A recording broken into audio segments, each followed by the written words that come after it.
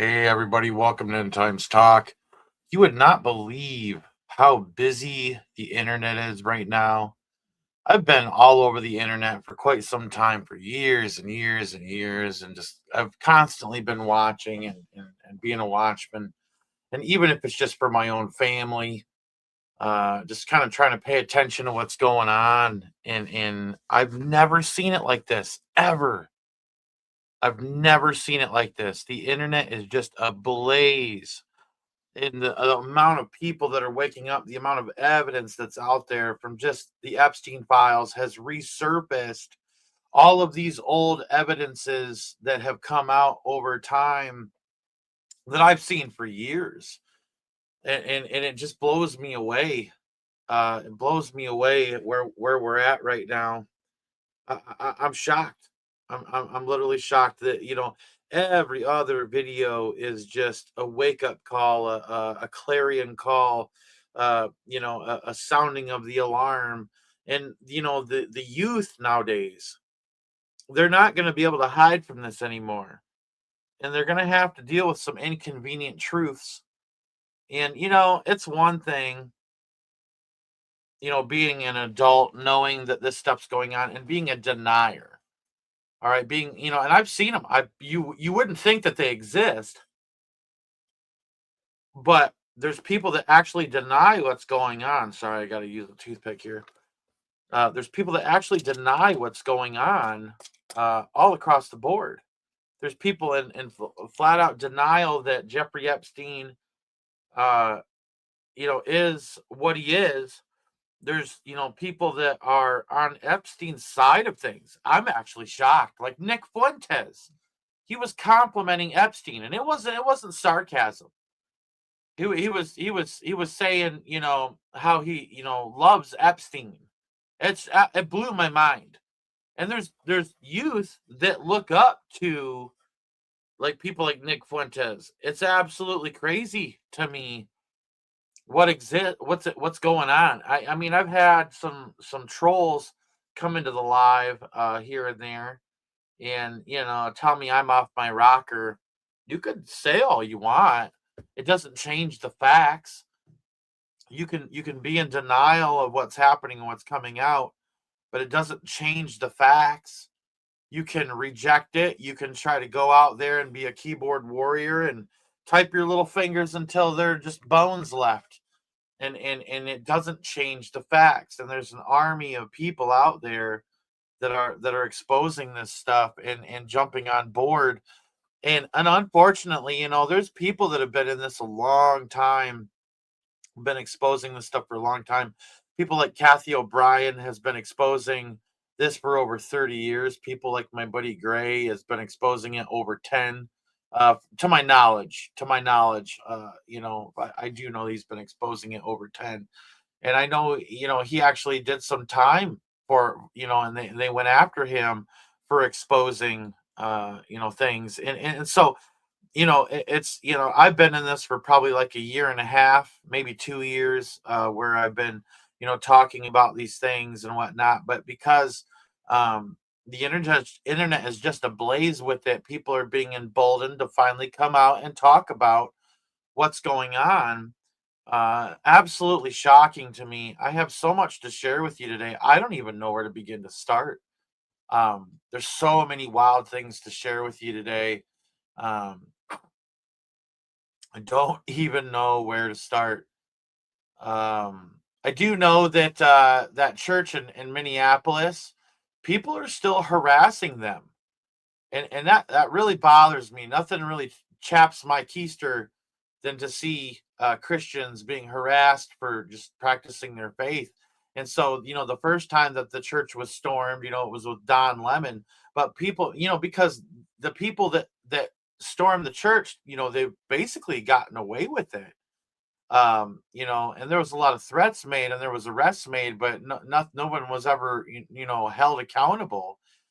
People are now being emboldened to storm churches, and this makes it really hard for Christians to meet up and to have fellowship anywhere, even if it's just a house church. I mean, libs are telling their people to mark where Christians live, to mark where conservatives live, to mark where Republicans live, and to make lists and to share those lists. And so, here's a news clip where, the same church that was stormed by Don Lemon and his goons, is talking about they're still being harassed. Here it is. Telling Fox News the harassment of the people who attend the church, the worshipers, is still happening.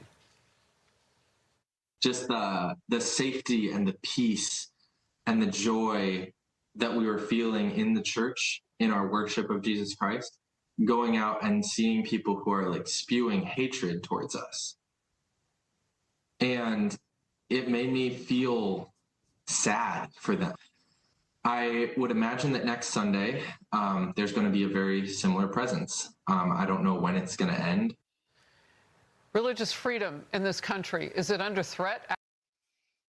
It's absolutely crazy. And it is. Religious freedom is under threat. But it's selective. It's, attack Christians, attack Jews, but everybody else, the bloodthirsty Satanists and Luciferians and, sacrificial, ritualistic witches that are out there, they're all hunky-dory and good to go. Is what it seems like to me. It seems like the enemy is moving hard. So let me ask you this.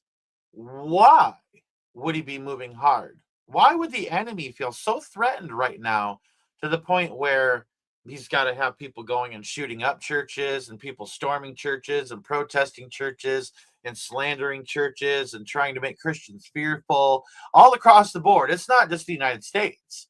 It's in Iran, it's in Syria, it's in the Sudan, it's in Nigeria.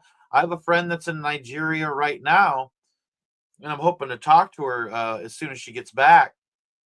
But because I'm curious as to what's been happening on the ground in Nigeria, and I'm hoping she has an update that she can tell me that I can share with you guys. But the reality is that time is short. All right. And time is so short that Satan has to begin to move quickly to bring fear into the bride of Christ, into the body of Christ, into the church, into the kingdom of Christ. Wants to project fear and project that he's stronger than what he actually is. It's totally the case, and it shows us that things are accelerating prophetically, and it shows that things are moving fast towards what Jesus said was coming. And so it shows me that more than likely we're going to see a greater uptick of these things beginning to happen across the board. All right, that you can expect more protests in church. You can expect more churches to close. You can expect more churches to be turned into mosques. You can expect more Christians to be killed in the name of, world peace, world love. I thought the world loved everybody. I thought it was all love, and kumbaya and, hugging trees and hippie this and hippie that and Subaru this out, and coexist that. No, it's not. Christians are sheep for the slaughter. That's what our King told us. That's what Jesus, our Messiah, told us. He says, if they hated me, they're going to hate you also. All right. He says, know that if they persecute you, they persecuted me first. And they did. They persecuted Jesus to an extreme, to the point where he was literally slaughtered as the sacrificial lamb on the cross of Calvary. But he did it for a purpose. He didn't have to allow it. He allowed it. He laid his life down willingly because he loves his people. He loves his children. He loves his bride. He loves his church. He loves all of us so much that he gave his life and he laid it down so that way we can have remission of our sins, so that way we have the key to heaven. He took the keys from the enemy and he gave us the key to heaven.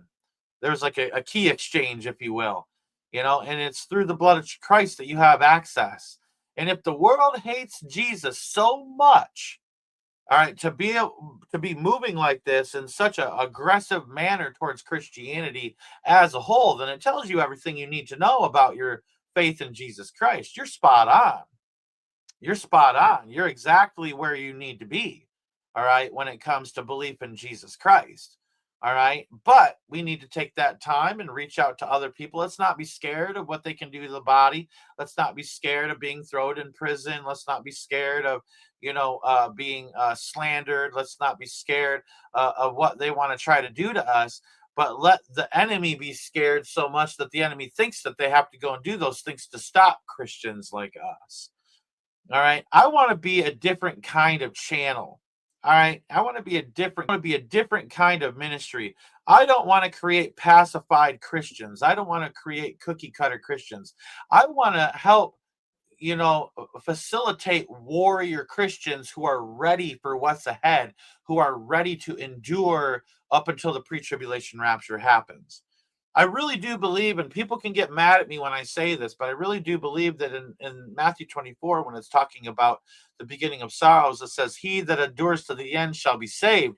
And what I think that means is he that endures to the end of the beginning of sorrows. I think if you really read it in context and you read it literally word for word, it's telling us he that endures to the end of the beginning of sorrows. I think we will see the end of the beginning of sorrows. And right before the great tribulation emerges, all right, that's when, right before that, that's when we're going to go home. And so the things that are happening across the globe, there seems to be an acceleration. And Jesus even said, time must be sped up lest no flesh be saved. And so, let's be joyful in that we're being persecuted. We know we're on the right side of history. And what a precious thing that is, to be on the right side of history at such a time as this. Earlier, I was live with my brother Johnny from Iro Ministries, and God bless him. And it was so nice to just fellowship and hang out and brag upon the Lord. And it just encouraged me so much. And there's people who encourage, and then there's people who are preparing for the battle ahead.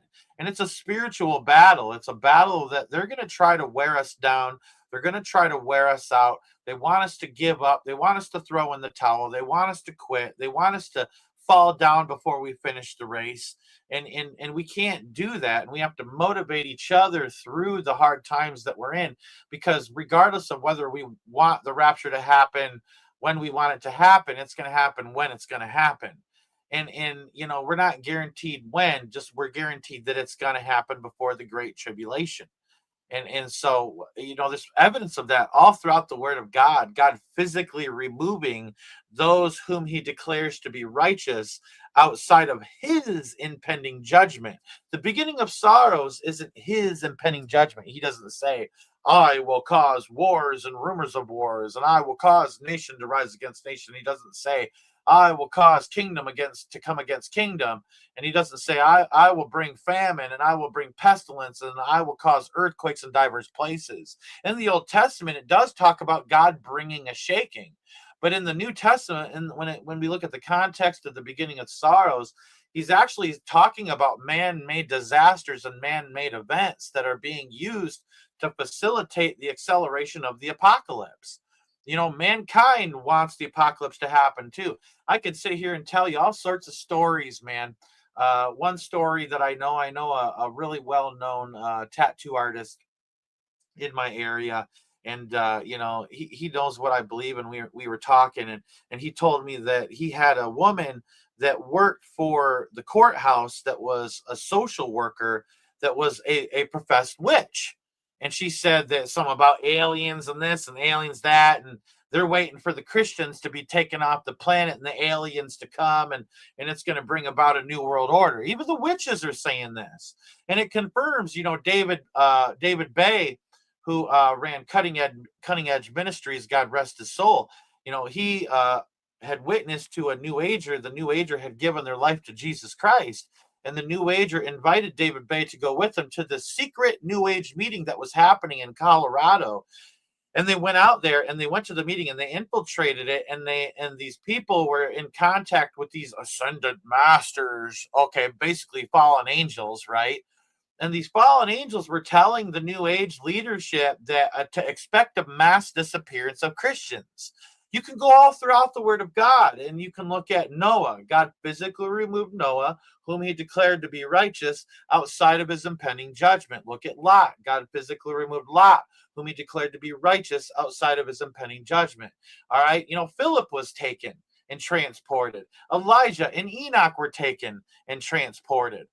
There's even people that say that even Enoch was taken up in a chariot of fire, and that's in ancient Jewish writings. It's not in the Bible per se, but there's ancient Jewish writings that talk about he was also taken in a chariot of fire. All right, and so every single time before someone was transported, or every single time before God spared someone from his judgment, what was interesting is that the culmination of violence, and the culmination of immorality, and the culmination of perversion, and the culmination of evil and wickedness that was upon the planet was so great that God had to step in and change things, and had to take his people out of the way.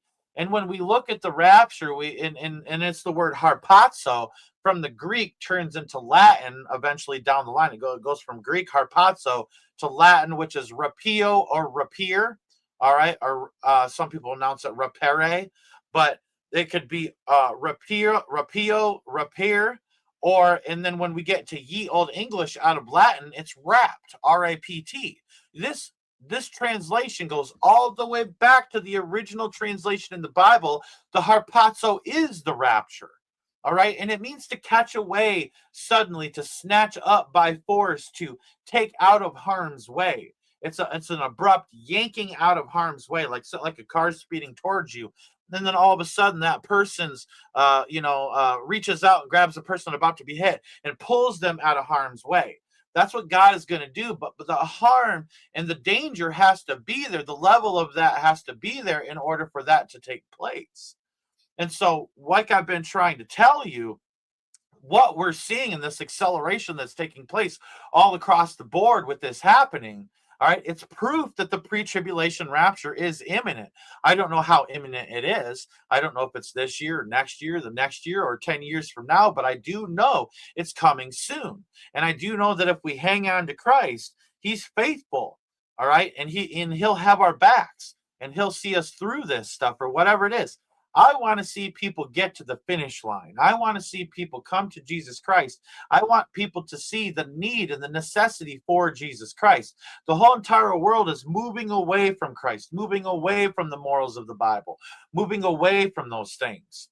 All right. And I think it's important for us as Christians to go the complete opposite direction from which the way that the world is moving.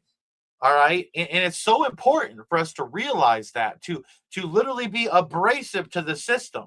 All right. And because we're abrasive to the system deems us as a threat.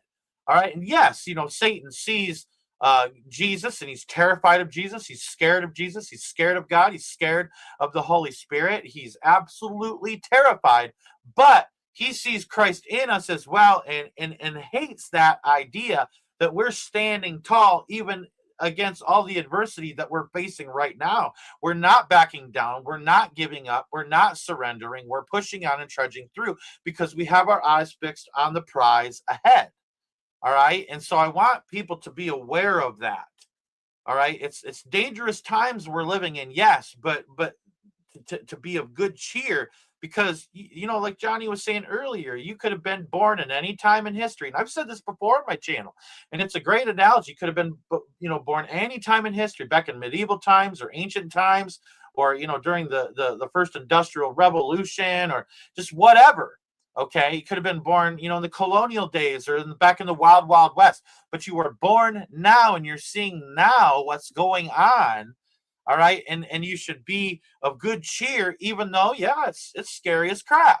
I get it. I totally get it. But we have to hang in there. You see them little posters where that cat's hanging onto the rope, and it says hang in there. That's us. We just got to keep holding on. And that rope is Jesus Christ. All right. Grab a hold of the hem of Jesus Christ's garment and do not let go. Have the tightest grip that you can ever hold on with, like as if your life depends on it, because it does. All right. We need to hold on to Jesus with everything that we are. All right. Now I'm going to show some other stuff here. Give me a moment here. Trying to see what I want to go for first. You know, the violence, like I said, you know, it says as in the days of Noah shall the coming of the Son of Man be. All right. And the times during Noah's day were extremely violent. All right. And we're seeing that violence begin to take place. And Nadler, I forget his first name. I know his last name's Nadler. He's actually calling, like, and I mean, this is a politician. I think it's the same dude that's like, oh, Antifa is a myth over there in Portland or whatever back in the day during the pandemic. I can't remember if it was him or not, but this dude is literally calling for people to shoot ICE. A politician, all right, is literally in Washington D.C. calling for this. Check this video out. Major problem in this country today is the fascism in our streets. The attacks on American citizens by masked hoodlums. If you were attacked by a masked person, you might think you were being kidnapped. You'd be justified in shooting the person to protect yourself. That's crazy, man. That's crazy that they're making it sound like it's okay to kill people like that. I absolutely blows my mind. Absolutely blows my mind away. All right, here I have another one for you. And it's getting so bold where the leftists are calling for violence.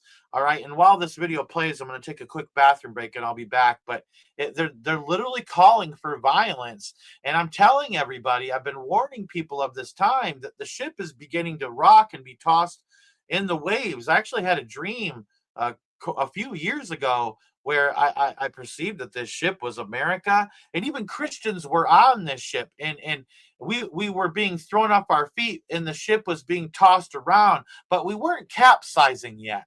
The time for the capsizing of America isn't now, but the time for the stirring and the storm is beginning to take place. Hear me when I say that the violence is going to come to you. If it is not you, it's going to be somebody that you love or somebody that you care about. The best thing that you can do right now is to prepare yourself. Okay? I don't know how we have lasted this long, but somebody is eventually going to snap and take out an agent. Okay?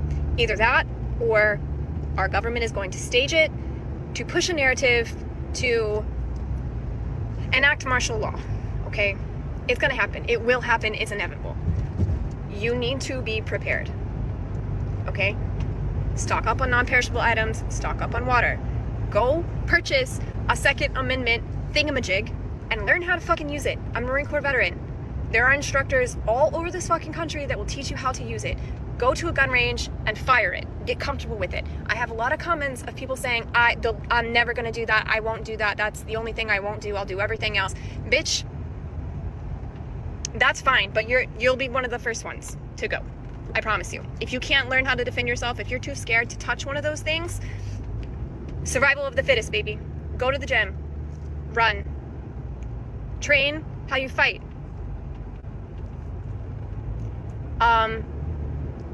Do research on guerrilla warfare. I know this sounds fucking crazy. I know it sounds absolutely insane, but this is where we're headed. Because you are insane. I can see it. I can recognize the patterns. There are plenty of other creators on this app that are saying the exact same thing. But these creators are telling you... You see it? See, so she's using the app. She says, I can see it. I can see it. And she says, there's plenty of other creators on this app telling you the same thing. So she's going with the narrative. All right? She's going with the narrative. And who controls the narrative? We know the devil at the very top controls the narrative of this world. But it's the Illuminati. All right, it's absolutely the Illuminati, and the Illuminati control the government, and the government pays the content creators to spout this nonsense. Just to remain peaceful, just to remain calm, they can go fuck themselves, okay? They're naive. And they're pissing me off, to be frank with you, because you have a platform and you're using it for the wrong purposes. You're not doing anybody any favors. All of these creators are like, breaking news, this is what's going on here. What are they actually doing for you besides stressing you out and creating anxiety? Nothing. They're just repeating headlines that they are getting notifications for, and they want to be the first to break the news to you. Anyways, I'm going off on a tangent now, but yeah, you are. So my point is, though, is that they're calling for violence, and not everybody there online, like myself, is there to give you breaking news. Okay, It's, I've never cared to be the first one to the story. All right, because I like to see sometimes how things develop over a couple of days before I'll ever even talk about it, because sometimes it's a bunch of mumbo jumbo.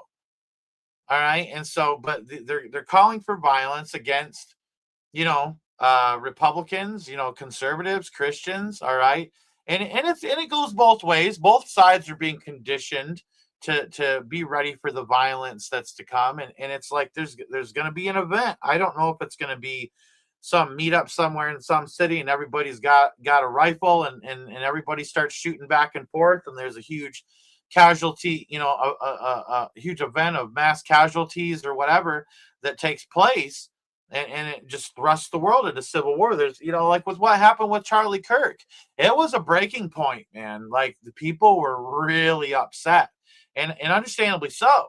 I see Charlie Kirk, even though the left would think that he's harsh or whatever. All right, for what happened for him, to be rather an innocent person, to be shot and murdered like that in cold blood. All right, it was very enraging, and there was a lot of fights, a lot of violence that ensued after that event took place, and so they're working towards that. They're working towards that, and it's each side. It was Charlie Kirk, and then it was Renee Good, and then it was Alex Peretti, and then and it's going to be somebody else. And now it's back and forth, back and forth. Just like with when it comes to politics, we had George H.W. Bush, and then we had Bill Clinton, and then from Bill Clinton, we had George W. Bush, and then from George W. Bush we had Obama, and then from Obama we had Trump, and then from Trump we had Biden, and then from Biden we had Trump. So it's literally been Republican, Democrat, Republican, Democrat, Republican, Democrat, Republican, Democrat, Republican. And it's so, like, each time they switch sides, it's like, and that pendulum swings. It's one power grab after the next power grab after the next power grab, like Tarzan swinging from tree to tree. And our freedoms are being eroded away. And now it's to the point where, like, I'll be honest with you, they're doing a pretty good job at building detention centers. Yeah. And it's for illegal immigrants, yeah, I guess. But don't think that the next leftist that becomes president, because that's the pattern that we've been in for a long time, all right, that they're not going to turn against you with the next candidate. Okay, and that the left is going to be celebrating your arrests and turning on you. And so it's just tomato, and it's a constant back and forth, and the pendulum keeps swinging. And every time it does, things are being destroyed, and your freedoms are being eroded away. All right, and like I said, I showed you a map just recently on the last live where the detention centers overlay perfectly where all the Amtrak railways are. All right. And I'm going to be honest with you, Evan, and I got to be careful, here. Please, I'm not meaning any disrespect, Evan, but I do not believe that America is Babylon. It has the spirit of Babylon, absolutely. But I actually have a whole teaching on my channel where I talk about what I believe Mystery Babylon actually is, and it's not actually Mystery Babylon; it's a mystery, and then there's a period or a comma there, and it separates it from Babylon. When the Bible's saying Babylon, it means Babylon. All right, and so I want to make that very clear to anybody watching that could be in the live chat seeing comments, and I don't want to get anything misconstrued. And so I respect what people believe, but this is my channel, and so I have to be a good steward of what has been put in my hands to talk about. And so anyways, my point is that Mystery Babylon is not America, but America is a part of the movement of creating a new world order in moving the world into the 10 kingdom, one world government. All right. Hold on, my dog. It's probably the mailman out there. My dog's freaking out right now. Sorry about that. Nuki Poo, it's okay, bubbies. It's all right. Hey, calm down. Hey, Nuki Poo, come here. Come here, buddy. Be okay. It's okay. It's okay, Bubba's. So he gets all cranky. Hey, lay down right here. Lay down right here. Lay down.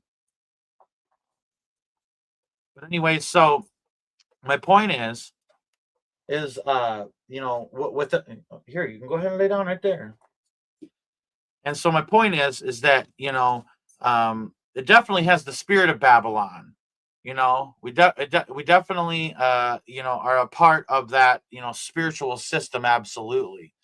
And so, yeah, yeah, lowly man for Christ. Yeah, I didn't want to mess with Nuke, man. He's Mr. Cujo there. So anyways, my point is, I'm getting off track here. Um, my point is that there's so much happening right now, and they need a destabilization to take place in order for their order to come forward. Now, there's no real timeline that the Bible gives us between when the pre-tribulation rapture happens and when the great tribulation starts. So there could be an extreme destabilization taking place when it comes to um, what it takes for the global order to form. But if we look at a biblical narrative, and I mean, this checks out what I'm about to say. Like, I'm not arguing with people, and it's okay if you want to disagree with me, but I'm not asking for you to argue with me back. You have a right to your opinion. But I've noticed when it comes to the pattern of God physically removing those whom he declares to be righteous outside of his impending judgment, it was always right before it happened. It was moments before. All right, the flood, the flood actually kind of began, and then the ark, the rain started to fall, and God sealed up the ark. Like the angels were already in Sodom and Gomorrah, and they were sent to destroy Sodom and Gomorrah. All right, and because God had enough, the stench of the sins of Sodom and Gomorrah have wafted up into the nostrils of God for far too long. All right. And so it was like right before that judgment that the angels are like, Lot, you got to go, bro. And they're literally grabbing him and pulling him out of the city because there was family members that Lot still had in the cities that he wanted to come with, and he couldn't convince them. And then and his wife, she desired Sodom and Gomorrah spiritually because she looked back to Sodom and Gomorrah. And what happened is she saw the judgment of her children that were still, because Lot had more than two daughters, because it talks about son-in-laws. So there was other daughters that were living in Sodom and Gomorrah that chose the ways of Sodom and Gomorrah, and the men that they married chose the ways of Sodom and Gomorrah instead of listening to Lot. And his wife ended up looking back to see what was happening to Sodom and Gomorrah because she had family still there, and it caused her downfall. All right, it caused her downfall. And so even though we might have children that are in the world, even though we might have family members that are in the world, we can pray for their salvation. We can hope for the best. All right. And we can pray for the best. All right. But we have to understand that we cannot allow anybody to stop us from our destination in Christ. You see what I'm saying? We can't allow anybody to stop us from our destination. And so it's super important for us to stay focused and maintain our eyes on the finish line in front of us. Because if we take our eyes off of it, we're going to fall to the wayside. We're going to trip. We're going to stumble. All right. You need to be able to see where you're going. If if you're looking right and you're looking left and you're not keeping your eyes focused straight ahead, you could trip and fall. And so, it's better to do that. And so the way I kind of look at the way we need to keep our eyes focused ahead is obviously focused on Jesus, but also being aware of the times that we're in and be praying about it. If you don't know what's going on, you can't pray about it. It's just the reality of it. All right. So with that being said, I got more to show you here. So give me a moment here. I gotta get back into my file. All right. So this is one I wanted to cover. I think it's really important. And I want to make this very clear that months ago, I was talking about this, and it's finally starting to come out. What I've been talking about for months is that 6G is fully operational. They have the 5G towers, yes, but the 5G towers have an upgradable system to where they can allow new wavelengths and new frequencies to be ran through them. That is an upgraded form of it's a weapon. It's absolutely a weapon. And so, now they're running 6G, but they're also working. I believe, and I'm going to tell you this, and it's okay if you disagree with me, but they're also running 7G now. All right. And they're working on getting 8G established. Like they're so far ahead of us, it's unreal. And you're not going to have 6G available to the public, they said, until the year 2030. It's because that's going to be the platform in which everything's going to be ran on when it comes to digital IDs, when it comes to all the tracking and things like that, that's going to be within the 15-minute cities. So that's when they'll roll it out to everybody else. But listen to what this gentleman has to say about 6G, but know that we're past 6G already and we're into 7G, and they're already working on 8G. So the technological singularity has to do primarily with the technology of the 5G towers, which have been upgraded to 6G terahertz, which is 1,000 times more powerful than 5G waves. We now have millimeter waves under 6G terahertz. If you don't know what I'm talking about, look it up. Then we have NATO airplanes dumping smart dust particulates, biosensors full of graphene, aluminum, titanium, lithium, strontium, barium, etc., arsenic poison, probably. Anyway, they've been dumping that like every 10 minutes, 16 hours a day, everywhere in the world for 2 years now. And previously, they were dumping it at a slower pace. That's 7G technology. In other words, it's still the 6G terahertz electronic energy, but now that energy is bouncing off all the air pollution, all the particulates in the sky, and it's bouncing off all the bunny rabbits. And they say the particulates in the sky last for years. Just like a cloud has rain that stays up, and it builds up and it becomes so heavy that it has to come down.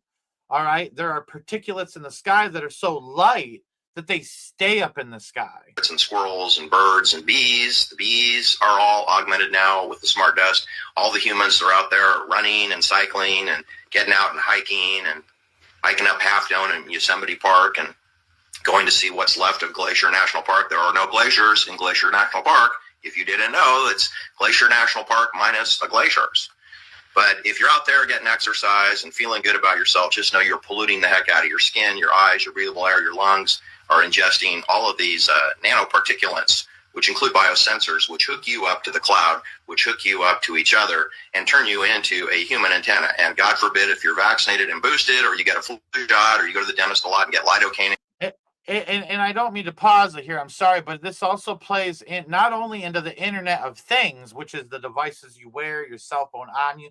Your cell phone has sensors that read your blood pressure and your heart rate and all of these different things. All right, you can go into your settings and it says sensors. All right, it literally, and they kind of like will take that, like when you update an app, they'll reactivate all the stuff on your phone, like the recording and the video and access to your stuff and all the sensors that the cell phones have. And it's not just that though; it's your iPads, it's your televisions. Your televisions scan the layout of your house. All sorts of stuff. All right, and so. The Banshee, if you want to email me, man, I can send you a copy of the video. But all this stuff leads up to the Internet of Bodies. And this is why he's saying this stuff gets into our bodies and we become the router. We become the antenna. We become the thing that is broadcasting the signal and that is receiving the signal. Okay. And so it's super important to understand that. All right, they're dumping this on society, and these particulates hang out in the air for an awful long time. It's not something that just happens quickly. Okay, you have got to understand that they're using this to monitor you, to track you. There's no getting away from it. There's no running from what's coming. People think, oh, I'm gonna bug out and I'm gonna take my bug out bag and I'm gonna go off into the woods and I'm gonna play, Survivor Man, and all that stuff. And it's just not the way it's gonna work. It's gonna be super dangerous. More than likely, you're gonna be forced into that lifestyle. You'll lose your home. If you don't want to take the chip at first, because they can't just slaughter Christians at first, right? They have to wait till this, social cataclysm happens to turn on Christians to do so. But then they're going to oust people, and probably around the year 2030, I'm assuming they're going to oust people out into the woods to live in huts or, whatever, if you even get to that point. All right. If we even get to that point, it's possibility that could be the case. All right. But I do know that, with movies like Divergent, Insurgent, Allegiant, movies like The Last of Us, your TV shows like The Last of Us, and so on and so forth. They have, you know, the 15-minute cities. They have the walled-in cities, but there's also people that live outside the cities that are on the fringes of society. All right. And so, you know, it's going to be much more difficult than what people think it's going to be able to play, you know, Bear Grylls out there in the woods, you know, acting like you're going to survive.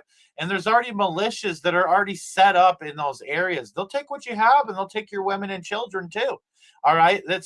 For them, it's going to be a commodity, just like it's a commodity for Jeffrey Epstein and the people and the nasty, evil people that he hangs out with.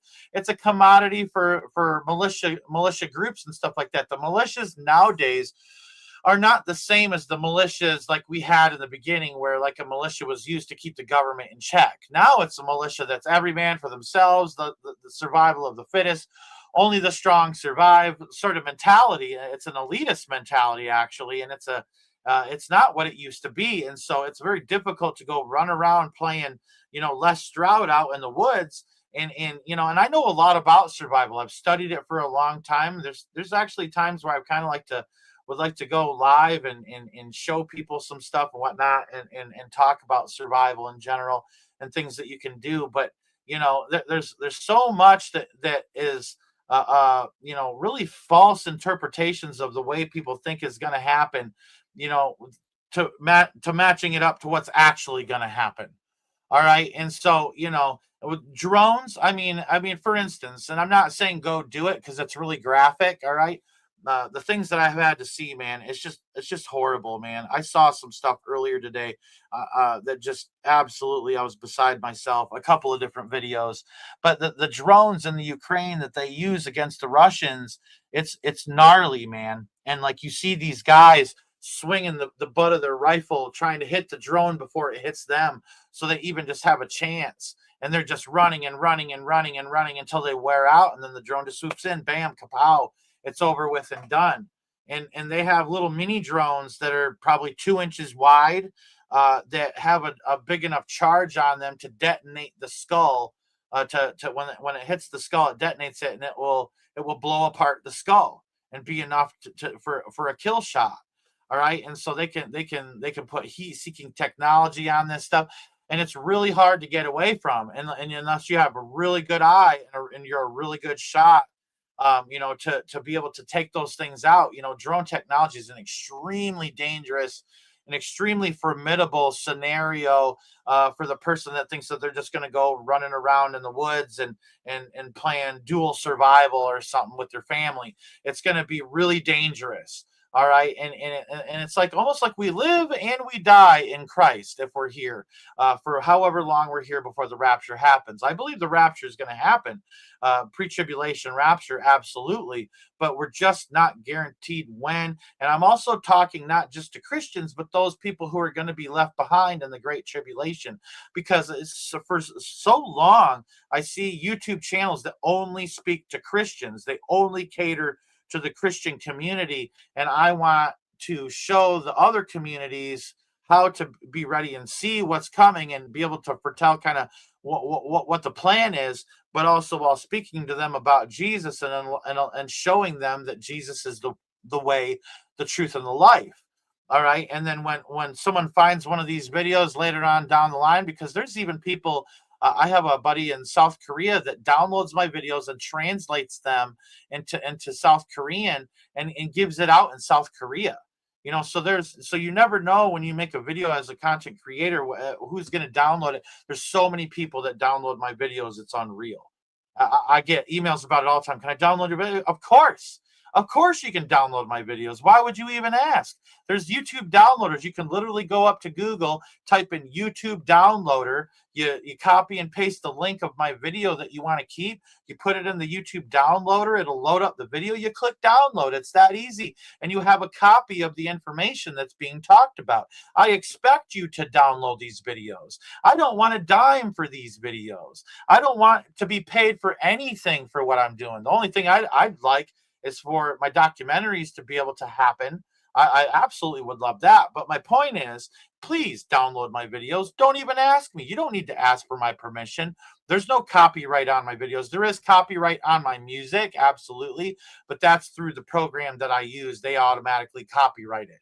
You know what I mean? So there is a copyright on the music that I use. So be careful on in that aspect. All right. And I'll even say that, if you're downloading my videos to like re-show something and there's a clip and it has some of the music I've made on there, I'm not going to go after you, and I'll stand up for you. You know what I mean? But if you're just taking my music to take it, it's not like it's doing anything for me. I just like to make music. But my point is, all right, is that they're working towards this extremely quickly. There's no running away from it. This stuff is in the air. This stuff is in the food you eat. It's in the air you breathe. It's in the water that you drink.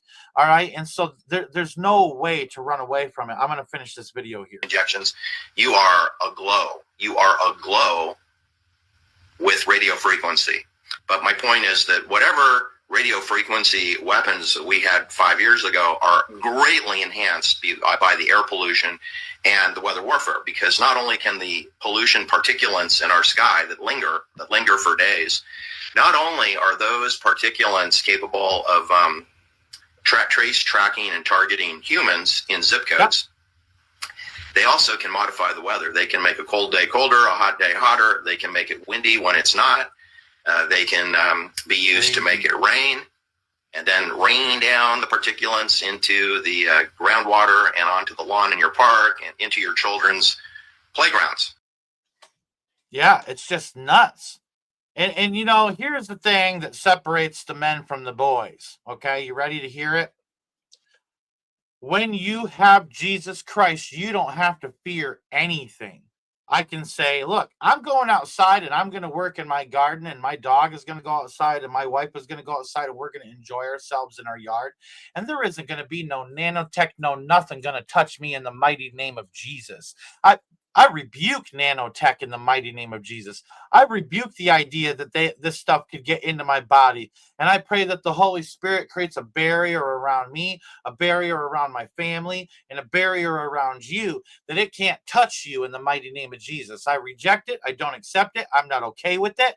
All right. And we have prayer on our side. We have Jesus on our side. We have the blood of Christ on our side. All right. Nothing can touch us unless God allows it.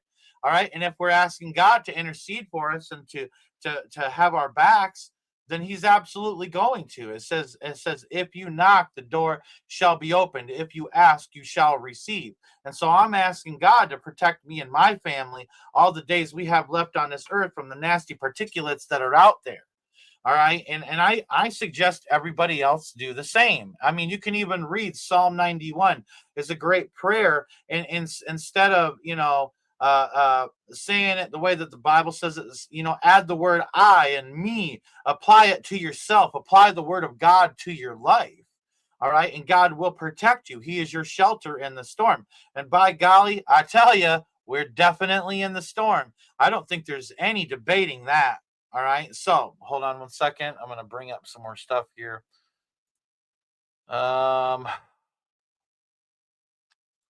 This one I found kind of interesting. This guy, and this is more about like the protesters and things like that are out there that are being paid. This guy absolutely got busted for signing people up to be paid protesters. Here's all the proof you need to see, and you can share this stuff with your family, and they can't deny it. Journalist, and I'm wondering if there's someone I can speak to.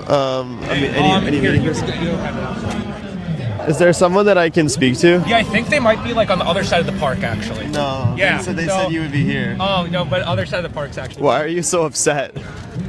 Why are you so angry? I was angry right here. What? You seem like really jittery, like upset. Oh, you're just annoying. That's all. Oh, why am I annoying? Meet Naftali Aaron Kranz. He's a paid protester through and through. Here's him posting on LinkedIn to hire paid protesters for the company he works. Yeah, so it says we are here hiring for 3 different short-term local organizer roles this fall. Link below. Please share with any qualified folks in Baltimore, the Bay Area, and Chicago. Baltimore pod organizer. Start date September 8th. Bay Area pod organizer. Yeah, come work with us and help us expand our effort to win reparations across the country. So yeah, they're paid protesters. For called Get Free. Listen to this. Get Free is hiring for part-time mobilization support contractor. That just means paid protester. We're seeking out people with 4+ years of experience in leading direct action and large-scale mobilizations, demonstrations, protests, and civil disobedience, which just means experience getting arrested. Compensation is $3,500 to $4,200 a month for an average of 20 hours a week. Get Free on their website calls themselves a grassroots organization, when Naftali and others are literally being paid to protest. Get Free wants to, quote, undo white supremacy. Naftali thinks one of the best ways to do that is to celebrate vandalism, saying Crown Heights stay winning after someone threw an egg at a stranger's Cybertruck and placed dog feces on it. Here's Naftali at an Abolish the Police rally. You can see he's not leading the protest, just blending in amongst the other recruits. He can get his photo op later because the way this works is combining all the leftist causes together to make the individual causes look bigger than they are. And of course he works with a DSA, which is why I ran into him at this DSA Tax the Rich rally. On LinkedIn, you can see Naftali frequently doing his paid protester posts saying, come work with and help us expand our effort to win reparations across the country. And Naftali is recruiting nationwide in Chicago, the Bay Area, and Baltimore. Now let's see what happens when we click on one of these links attached. It's a 9-week contract, part-time, paying $3,400 in stipends, issued bi-weekly, and they're looking for someone excited about experimentation and will recruit people and train them to drive turnout to events. We see Nicole Carty at the top of the Get Free movement. She says the George Floyd protests were the reason Biden won the 2020 election. Now we can see that these protest NGO groups are about one thing: getting Democrats elected. So it's only fitting that donations to Get Free are funneled through Act Blue, who is under investigation by the Department of Justice for foreign contributions. Act Blue has funneled billions of dollars for activist groups like Indivisible Twin Cities, who is orchestrating the resistance on ICE agents in Minneapolis. Indivisible has been caught paying protesters, and they've received over $7.6 million from the Open Society Foundation, funded by George Soros. So it tells you everything that you need to know right there. Funded by George Soros, and that's where his money's going. That's where the satanic money comes from, down to the Satanists on the streets. And I've shown how they're satanic. I've shown in past lives how they're satanic. Give me a moment here. Here's more proof of paid protesters. Okay, people, here's the proof they're busting them in. You see? See the bus? San Francisco, local 39. San Francisco? New Jersey district. Jersey! Wow, awesome. Nice, nice. They got hats over there for free, for sale, and signs for free. See? They're busting them in from all over, dude. I told you guys, nobody wants to believe me. Nobody wants to believe me. Well, we believe you. We believe you that they're busting them in. It just goes to show what's taking place. All right, hold on one second here. I'm gonna bring up my file here. All right. I mean, like, even in politics right now, the things between right and left, I mean, they're acting like kids, dude. Maxine Waters, absolutely despicable, dude. This lady, dude, I mean, there's gum on the bottom of shoes that look better than this lady. But I'll tell you right now, just watch this video. It speaks for itself. It really does. A housing stock. 10 and 20 million immigrants. I do have to say that they're talking about the finances and how people are in power are robbing, the public and through the taxpayer, they're robbing the taxpayers, blind and watch how they get so uppity. Can you look at the housing stock of working Americans, and can you maintain some level of dignity? Gentleman's time has expired. No, my time has not expired. Your time has expired. The gentleman took up my time. I think you should recognize that, Mr. Chair. The gentlewoman's time has expired. I take that as a no. You do not want to answer that question. I take that as a no. For a $7 billion. I'm asking you to do your responsibility as Secretary of the Treasury. Into a Venezuelan. You do not. Will you? Time has expired. You cannot erase what you did in 2006. He's the one that went past your time, Mr. Chairman. No, he did not answer my question, and he wouldn't pass the time. He had 6 seconds left to try to answer your question, and the It was time a yes or expired. no. It was a yes or no answer. I asked him, Willie. No, it was Gentlemen, yes the or chair no. recognizes OCC the is an gentleman. independent Stop Mr. covering Messent. for the president. Yeah, well, Stop Mr. being his flunky. yeah, and Gentlemen.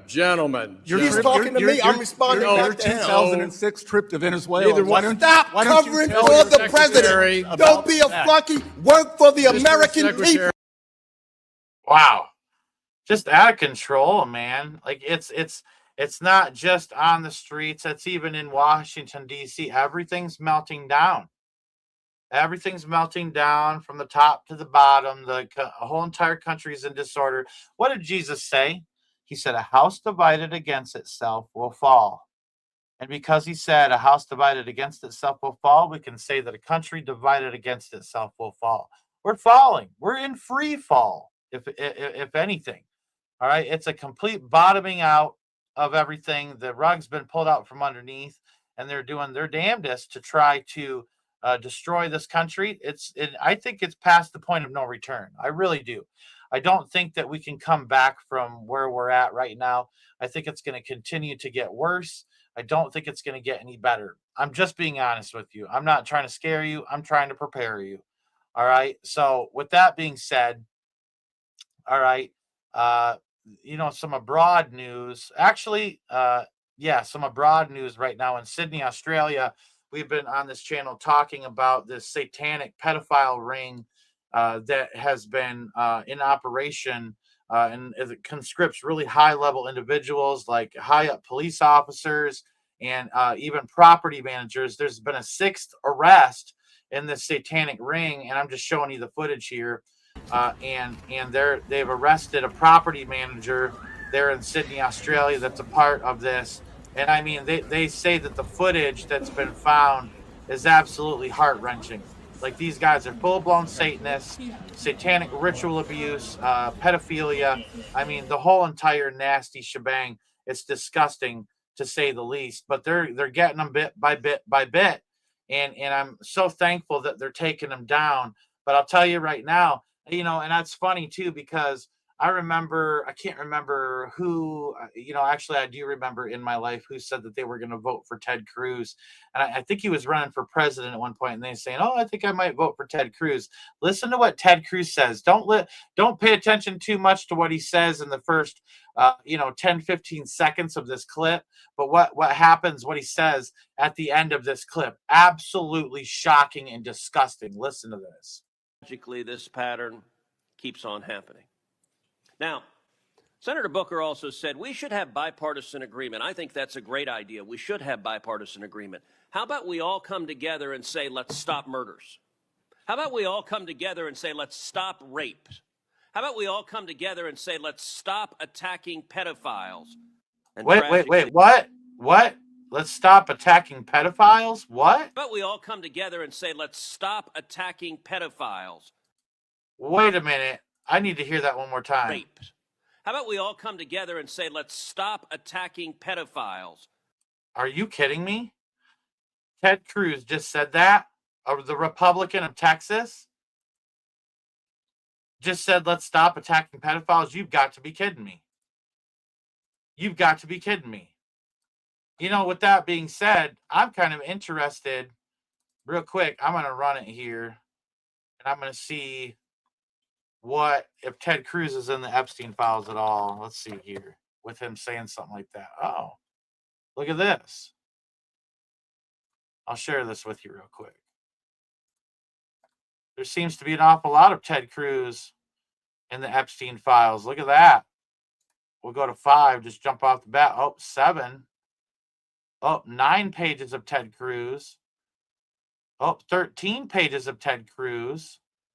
Yeah, 13 pages that bring up Ted Cruz in the Epstein files and the new drops. That's crazy to me. That's crazy to me. No wonder he wants to stop attacking pedophiles. That makes sense, right? Wouldn't you say if you were one of them, you'd want to stop attacking them and be relentless about it instead of being relentless about it? Huh. Pretty interesting, to say the least. You know, they're really moving towards trying to normalize pedophilia. I've noticed, especially in Hollywood. I notice almost every comedian and it's almost every movie, every TV show. They try to make pedophilia funny, and they're trying to desensitize the public. They're trying to desensitize the public to pedophilia by making it a joke. And I'll be honest with you, and this is my honest opinion. Anybody that laughs at any pedophilia, even if they try to project it as funny, if you're going to laugh at that stuff, you really need to question where you're at with the Lord, because it's not funny. Children are being molested, raped, tortured, murdered, harvested by pedophiles. And there's nothing funny about pedophilia. You know, there's some things in the Epstein files that I noticed. There was a guy pointing it out, and he says, "Oh, this is funny." And dude, I watched Corey Feldman tie into this guy. He said, you know, absolutely, there's nothing funny about pedophilia. There's nothing funny about Epstein. There's nothing funny about what Epstein did. It's absolutely disgusting. But they're even going as far to say that pedophiles, it's just a new sexual orientation. Most of us feel discomfort when we think about pedophiles. But just like pedophiles, we are not responsible for our feelings. Dear Jesus. We do not choose them. Evil. But we are responsible for our actions. And we must make a decision. It is in our responsibility to reflect and to overcome our negative feelings about pedophiles and to treat them with the same and this is a TED Talk. This is a TED Talk. Respect we treat other people with. We should accept that pedophiles are people who have not chosen their sexuality and who, unlike most of us, will never be able to live it out freely if they want to lead an upright life. We should accept that pedophilia is a sexual preference. Yeah. Statistics indicate that there will be 1 or 2 of you who are struggling with some form of pedophilic interest. These people can't talk about their feelings because they know that they will be hated for it. Oh, you got that right. I truly do believe that every person is longing for love at some point in their life. And what if this love that you really wish for will forever be impossible? That must be a really lonely situation to be in. Yes, from an emotional point of view, I can kind of understand that you would want to eliminate these people from society. Yeah. However, it doesn't make sense. And that's because we're talking about biology. We're talking about a sexual orientation. Something that we simply cannot change. This is disgusting to me. Absolutely vile. And on top of that, every day new people are born with the same difficulty. So it's not practical to eliminate these people from society. They haven't done anything wrong. They have done everything wrong. They harm children. They destroy children. Pedophiles destroy children, and they destroy the next generation. And they completely do what Jesus said not to do. Jesus says, if you harm one of these little ones, it would be better for you to have a millstone hung around your neck and drowned in the depths of the sea. That's what he said. Our King says it's vile and it's disgusting. And it's the same things that Sodom and Gomorrah were allowing. Now we're getting to that Sodom and Gomorrah level. And it's always upset me when people say, oh man, God's going to have to apologize. I think it was Billy Graham's wife that said this. I could be wrong. But I think she said God's going to have to apologize to Sodom and Gomorrah if he doesn't judge America soon. But the things that were happening in Sodom and Gomorrah is pedophilia was being practiced out in the open. Just like at the gay pride parades, they have naked men and naked women and kids on the sidelines seeing this. And they're growing up thinking that this is okay. And it's absolutely satanic. All right. And then you have people like this that are trying to pacify the situation. All right. And say that this is okay. It's absolutely not okay. The schools have been infiltrated.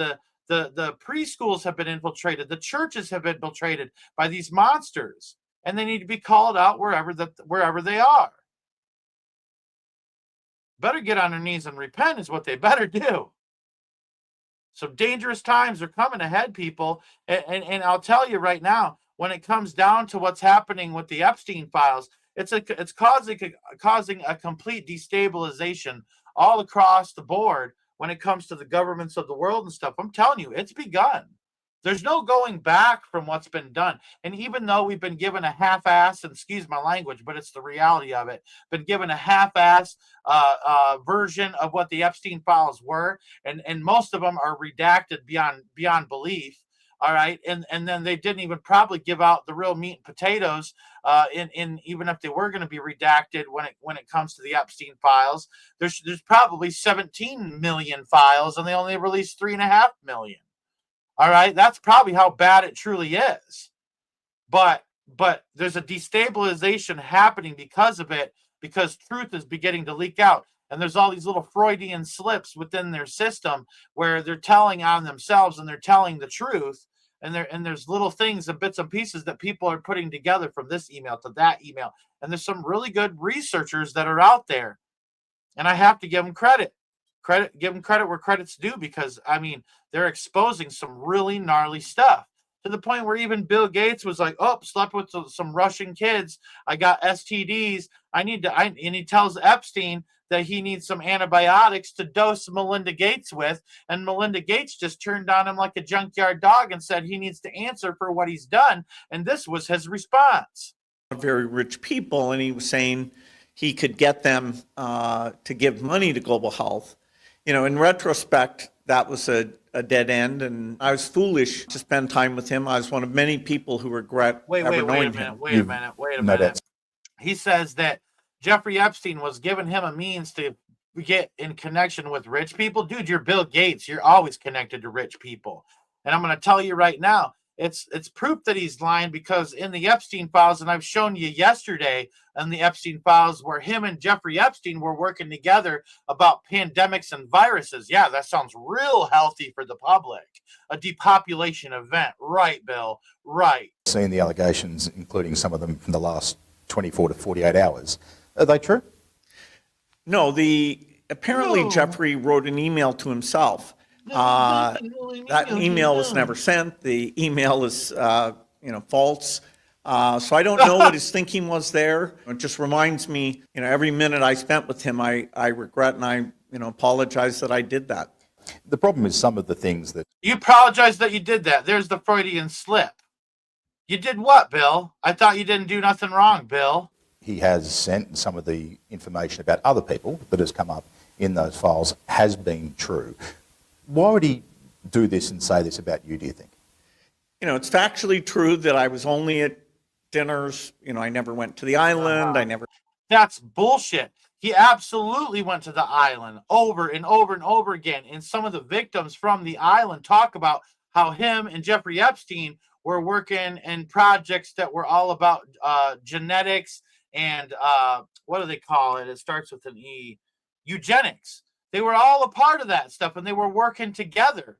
And that there was actually secret labs and stuff that were at the Zorro Ranch and Epstein Island. Go look at Epstein Island. Have you ever stopped and looked at the old footage of Epstein Island and the old graphs that they have out of what Epstein Island was, and how there's all this like underground stuff and doorways into the side of the hills and things like that? Absolutely, they had an underground facility on that island. Met any women, and so the more that comes out, the more clear it'll be that although the time was a mistake, it had nothing to do with that kind of behavior. Joppy, that's a good one right here, man. Says, when he got involved with the jab, I knew something was off. Like, you can't even get rid of a computer virus. Why would I trust you with that? Absolutely, dude. Absolutely, Joppy. That's exactly it. But so these people, they're all in cahoots with each other.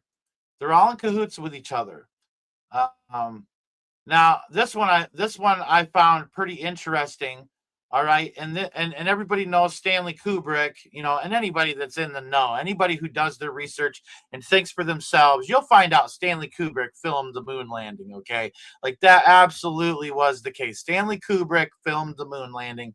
It was all smoke and mirrors. Okay. There's no way we went to the moon. Stanley Kubrick even admitted to it. Okay. But listen to what his cameraman said while he was on set for the movie Eyes Wide Shut, and what he said about the movie after it was released. Check this video out.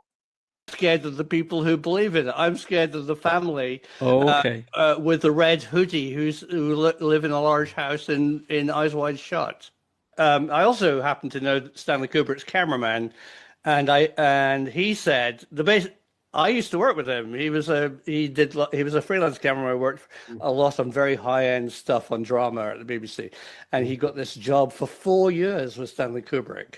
And we used to drink in the bar. And when the film came out, I said, "Wow, it looks amazing. Your work is incredible." He said, "It's not in the film." I said, "How do you mean?" He said, "Well, I was in New York the entire time, and I shot for 4 years. None of it's in the film. All they put in the film was Nicole Kidman and what's his name, and the studio just cobbled together a bizarre, non-story stuff. That's not what the film was about."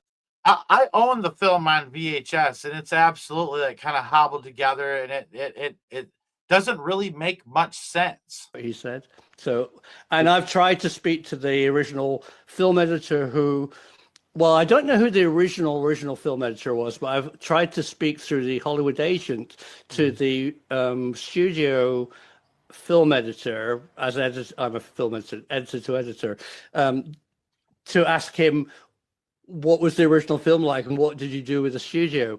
And I got into his agent basically told me to bugger off. I mean, he never got in touch with me, and I know who he is quite well. So I don't know. I think there's more to that film than meets the eye. Hold on 1 second. I'm doing something real quick here. All right. So with that being said, all right, I don't know how many of you know or are aware of what's happening with the Kakanook camp there in Missouri. All right. But Sean Ryan came out and made a video where he was exposing the pedophile stuff that has happened at that camp. All right. And now they're threatening to sue him. And I want to be able to back Sean Ryan up. I know he doesn't know me from Adam, but anybody who's going to stand up for kids, I don't care how big they are, I don't care how small they are, I want to have their back. And so with that being said, I want to show you this video that Sean Ryan put out there, all right, because I think it's important to understand what's happening with this lawsuit. And we all need to kind of be in prayer for Sean Ryan, that the truth come to the light. As it is, it's kind of exploding all over the place. So check this video out. Talk to you about something serious. Last week, I received a demand letter from lawyers representing Kanakuk Ministries, a Christian summer camp in Missouri. They're threatening to sue me for defamation because of something I said on my podcast with Congressman Ro Khanna. Here's what I said. I brought Elizabeth Phillips on my show, and she talked about how Kanakuk employees have been molesting thousands of kids for years and putting them under NDAs after settlements so they can never come out and talk about their sexual abuse and trauma.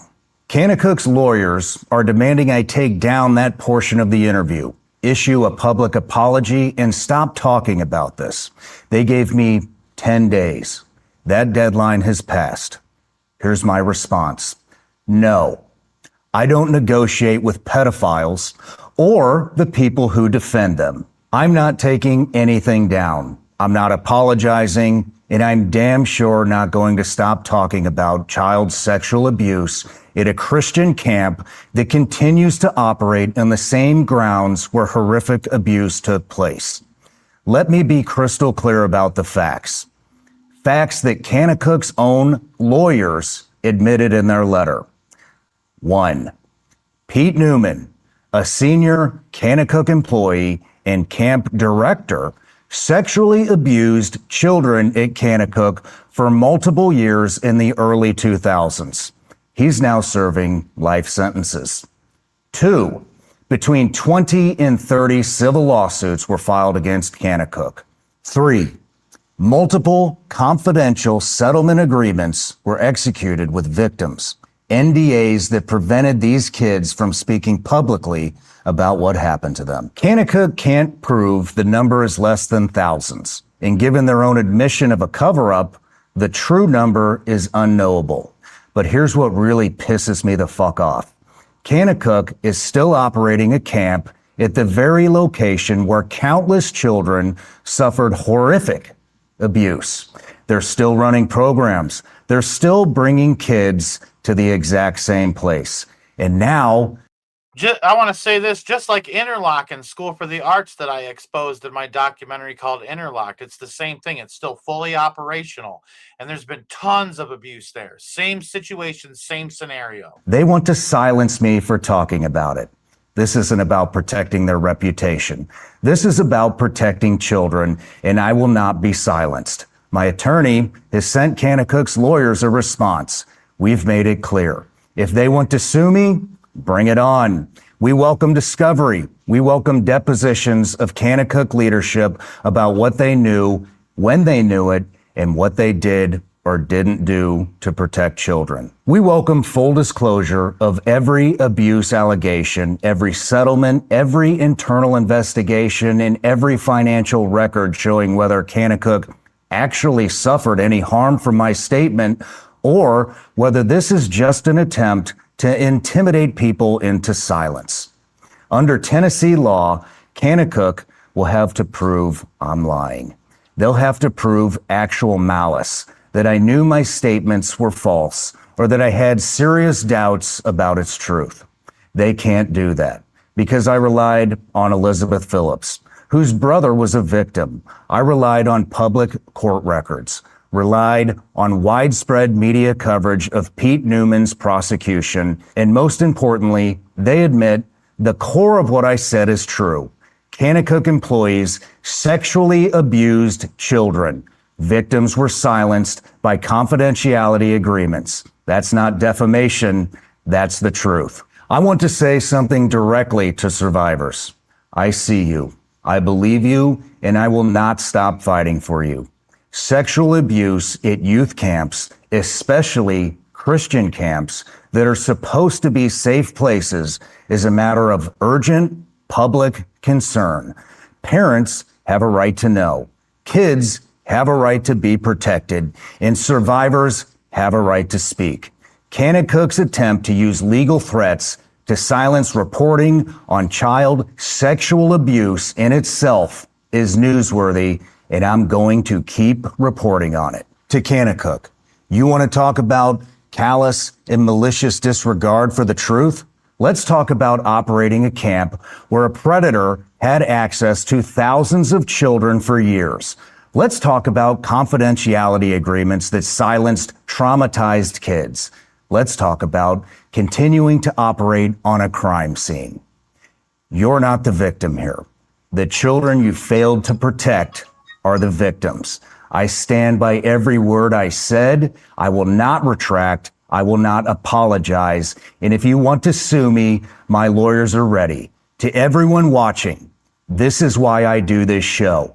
This is why we tell real stories about real people, because the truth matters, because kids matter, and because some things are more important than money or reputation. If you want to support survivors of institutional child sexual abuse, check out No More Victims, the organization Elizabeth Phillips founded. They're passing laws to protect kids and hold institutions like Kanakuk accountable. And if you're a survivor, please know it's not your fault. You deserve justice, and there are people fighting for you. I'll keep you updated as this develops, but I'm not going to be backing down.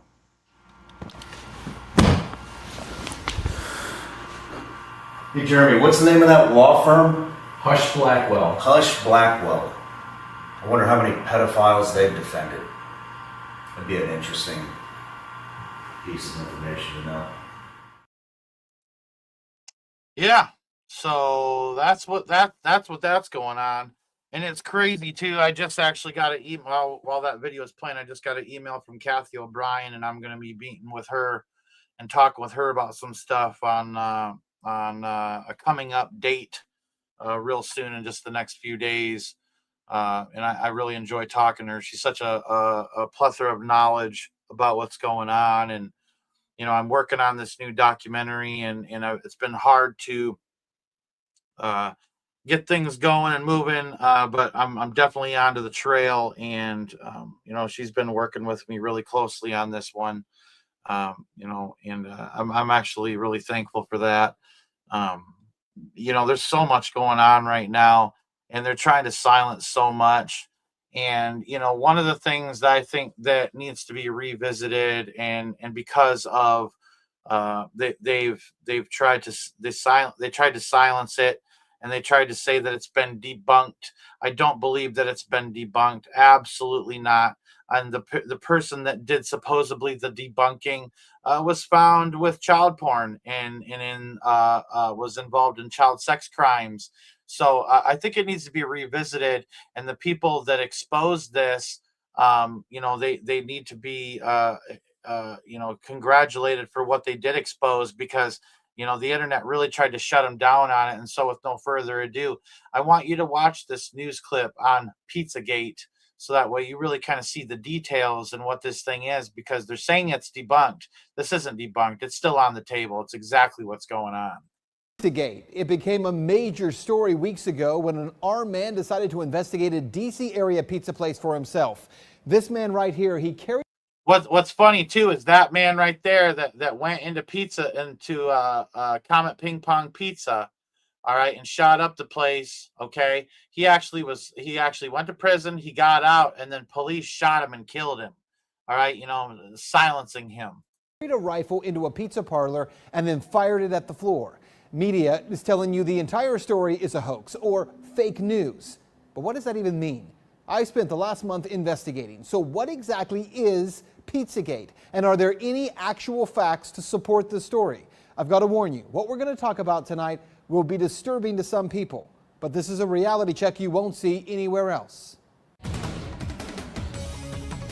Pizzagate actually comes from the WikiLeaks release of hacked emails from Clinton campaign chairman John Podesta. In all, WikiLeaks dumped around 50,000 email messages, and it was from those emails that the claims that John Podesta may be part of a child sex trafficking ring come from. Now, to be clear, not one single email in the Podesta emails discusses child sex trafficking or pedophilia. That is a fact. But there are dozens of what seem to be strangely worded emails dealing with pizza and handkerchiefs. Self-described online investigators say that those words in the emails about pizza and the talk of handkerchiefs is code language used by pedophiles. So how did a DC pizza parlor get pulled into the story? Well, again, read any mainstream report and they indicate that Comet Ping Pong Pizza was somehow linked to this fake story and has no relation to anyone involved. But the truth is that's not true either. What media is ignoring is that the Comet Ping Pong Pizza place is actually referenced in the Podesta emails at least a dozen or so times. And that the owner of that place, James Alefantis, is a friend of John. And I want to say this real quick about James Alefantis, okay? His real name isn't James Alefantis. He's actually a Rothschild. Absolutely 110% a Rothschild. On Podesta. He was actually named, this is kind of strange, by GQ magazine as one of the top 50 most powerful people in Washington. He's the 11th. They say the 11th most powerful people in Washington, D.C. Yes, we're talking about a pizza parlor owner. Now let's talk facts here. There is no solid evidence that Comet Ping Pong Pizza is being used to run a child sex trafficking ring.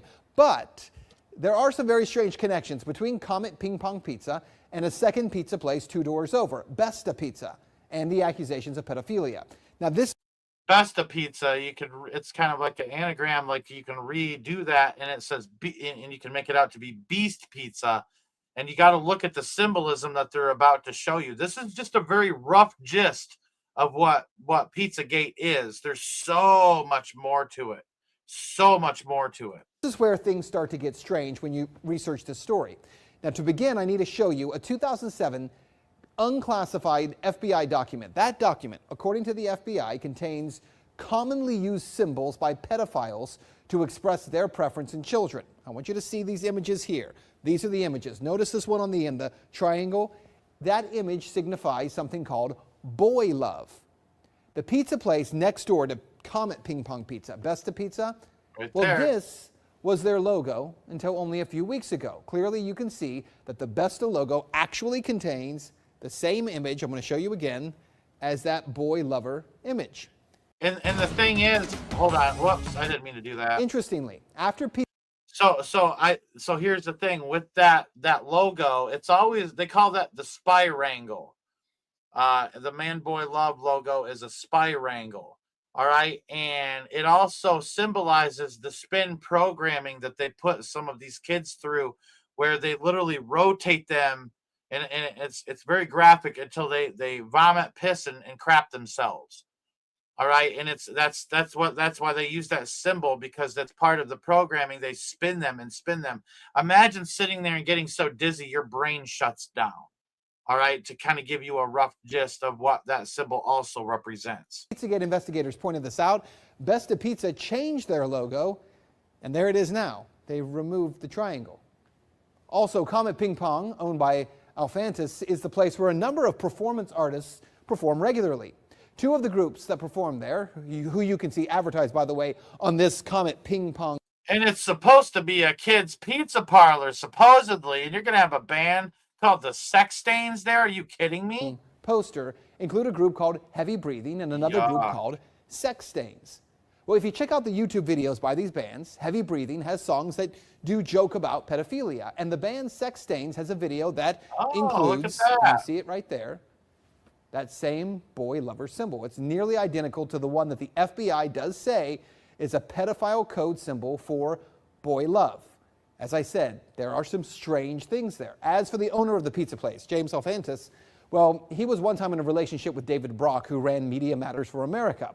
Well, since Pizzagate began to blow up online, he has made his Instagram profile, Jimmy Comet, private. But an archive search of Instagram reveals a number of strange photographs. And now I haven't seen this part of it, but I do know what some of these photographs are. And it does say at the bottom here, too disturbing to share on TV, but they're really rough. They're really rough what he had out there. Words with strange and disturbing images associated with them. Look, to the point where we can't show you those pictures. We're not even going to describe them to you because some viewers would find it too disturbing to share on TV. Now let's talk about the Podesta brothers, because remember, it was John Podesta's email that was hacked. And I'll be honest with you, and I don't care who you are, John Podesta was Chester Bennington's dad, who Chester Bennington and Chris Cornell were going to come out with a documentary exposing the Clinton Foundation for being involved in sex trafficking of children. And Chris Cornell and Chester Bennington, a year apart, both murdered in the same way.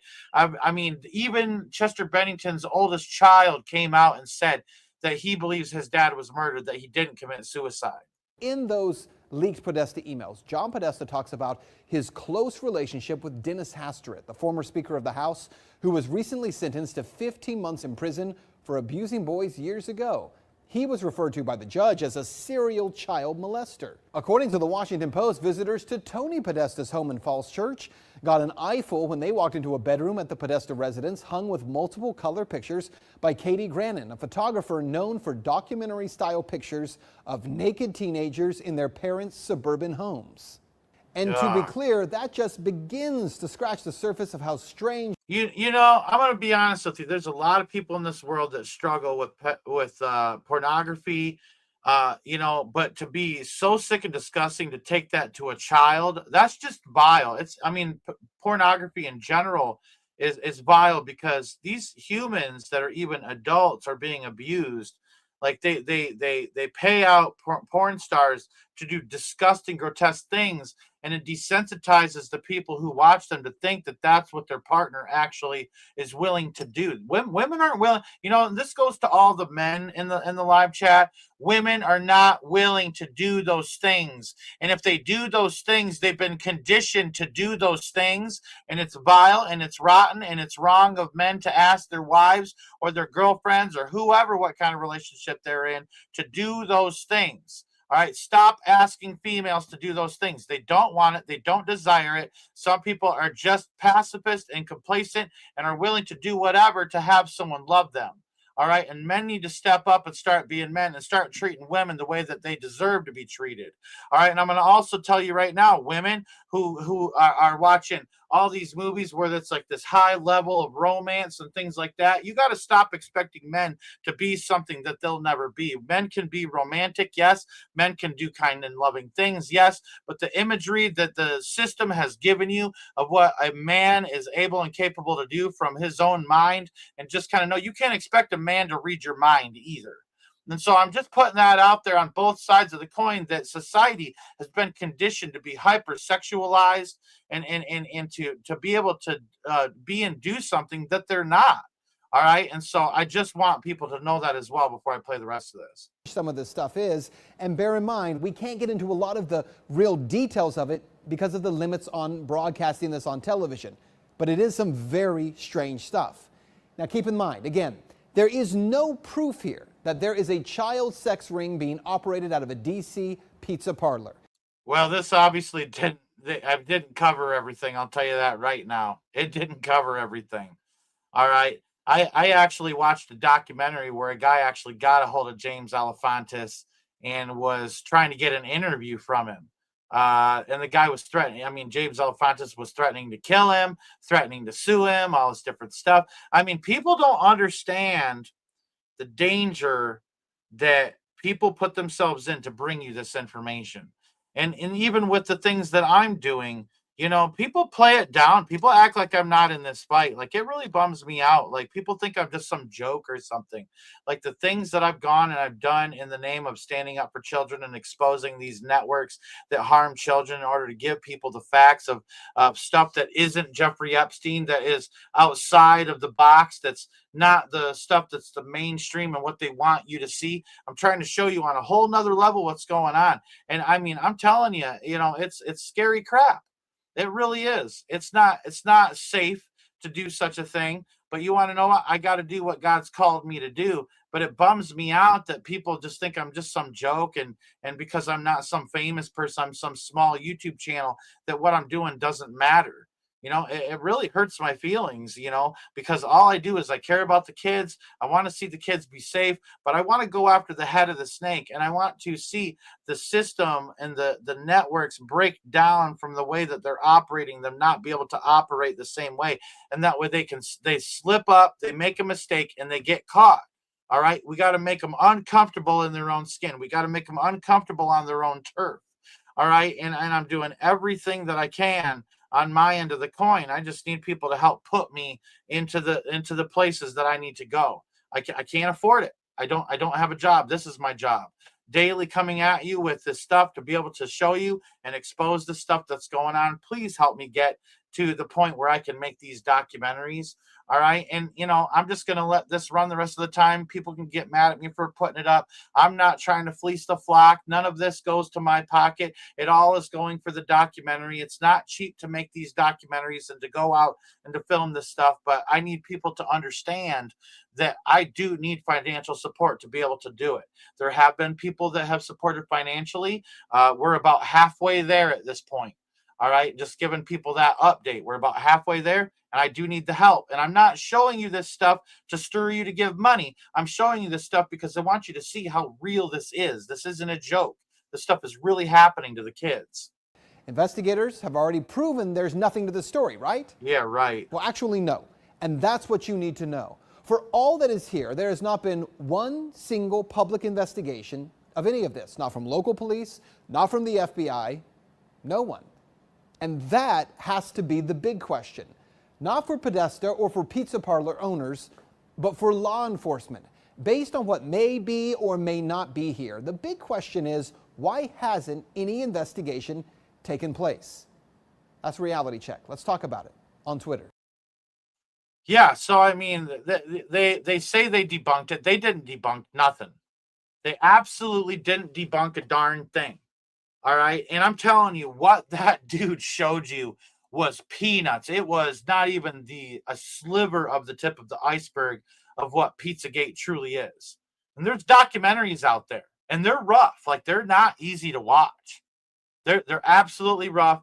But I mean, I feel like one of the biggest problems with all of this that I have with it, besides the pedophilia, besides the networks, besides the elite, besides the Satanism and the Luciferianism and the torture and the sex and all this evil that's going on behind the scenes, is that Christians are not willing to get educated about it, to stand up for the kids, to be educated enough to answer questions and to call it out for what it is when they see it. All right. And that's part of my goal, is to bring it into the Christian community and to say, look, we still need to be looking at this stuff in the sense of proactively exposing it and bringing the darkness to the light. It's so important right now.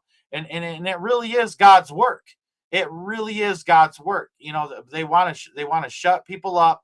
They want to silence them. They want to make it to where no one can stand against this stuff. And they get some, you know, person like myself feeling like they're standing on their own, you know, and I appreciate the really kind comments, you know, from Haley and Ben and everybody else that, you know, that lets me know I'm not alone. I need to hear that from time to time. I'm not going to lie. It's a really lonely road to be walking alone. And I know Jesus is with me. I know he's been with me every step of the way, but to feel like you ain't got no one at your right or your left, you know, when Jesus has your six, it kind of hurt, you know, it hurts and it bums me out, you know, but I'm going to keep doing what I got to do, regardless if I got to do it alone. You know, it's just how it is. Give me a moment here. So anyways, more and more as the Epstein files come out as well, they're finding out that, you know, this organization, you know, business called Palantir, you know, that's a part of the World Economic Forum and has all these connections, is connected to Jeffrey Epstein. It's coming out more and more in the Epstein list of how involved Palantir is in it. And man, dude, when I seen this video, I'm like, dude, I got to show this to everybody. This is wild. So check this video out. The system which you call kill chain. Privately. Publicly, the lawyers have some innocuous, So something like tech for the amelioration of unwanted blah, blah, blah. For me, it's the kill chain. Kill chain sounds good. Kill chain isn't an original term created by Palantir. It's the more general military verbiage for the series of decisions leading from identifying a target to taking their life. Palantir's contract added their software and artificial intelligence to the kill chain. It's quicker and better and safer and more violent. It reduces the distance you have to the problem, but when you're able to take a step back and really see the actual application of these technologies, your whole world starts falling apart, which is something that, you know, definitely happened to me. Juan didn't leave Palantir entirely for ethical reasons. He just got another job. But the reason he eventually started speaking out against Palantir came after watching the Israeli invasion of Gaza following the October 7th attacks. Palantir has contracts with the Israeli Defense Forces. The exact nature of the contracts is opaque, intentionally, but there is evidence to suggest that Palantir's artificial intelligence tech was used for selecting targets in Gaza. CARP doesn't mind the controversy. In fact, it's part of the marketing. We are very comfortable being unpopular. Palantir works with health insurance companies to build AI for denials management to protect revenue. Do you want Palantir's AI making decisions about what care is covered for you and your loved ones? And what we do is we use what legal scholars call predicate-based search. So we would look at you, and then we would go out and say, oh, there's lots of different things in your life that may be indicative of someone involved in bad behavior. Put simpler, they make software that makes it easier for their customers to collect and analyze data, and then act on that analysis. By 2013, 10 years after their founding, Palantir's client list included the FBI, the CIA, the NSA, the Marines, the Air Force, Special Operations Command, and more. Palantir already has contracts with the IRS, going through taxpayer data to save auditors time by finding the easiest audits to pursue. That's all of your financial information. And they have multiple contracts with the Department of Health and Human Services. HHS's core responsibility is Medicare and Medicaid. That's control over millions of Americans' health records and their access to healthcare. As we kind of increasingly live in a simulated world, we move closer towards governance by algorithm, but more importantly, subject to decisions made by the people who are influencing these AI systems in order to fulfill an agenda for whatever their profit-seeking or control-seeking objectives are.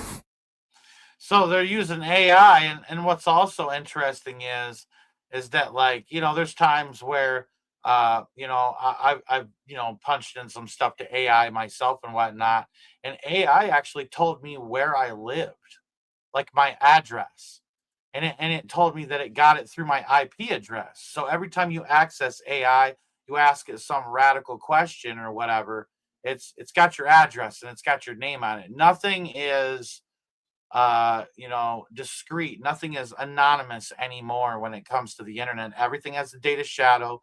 Everything has a digital footprint that's left behind. Everything you have done on the internet has an equal and opposite reaction. Every action has a equal and opposite reaction. The same thing goes with the internet. And so, you know, I think it was Joppy the other day. I didn't get to watch the video. I didn't have time, but I was talking to John Paul, and he had told me about it.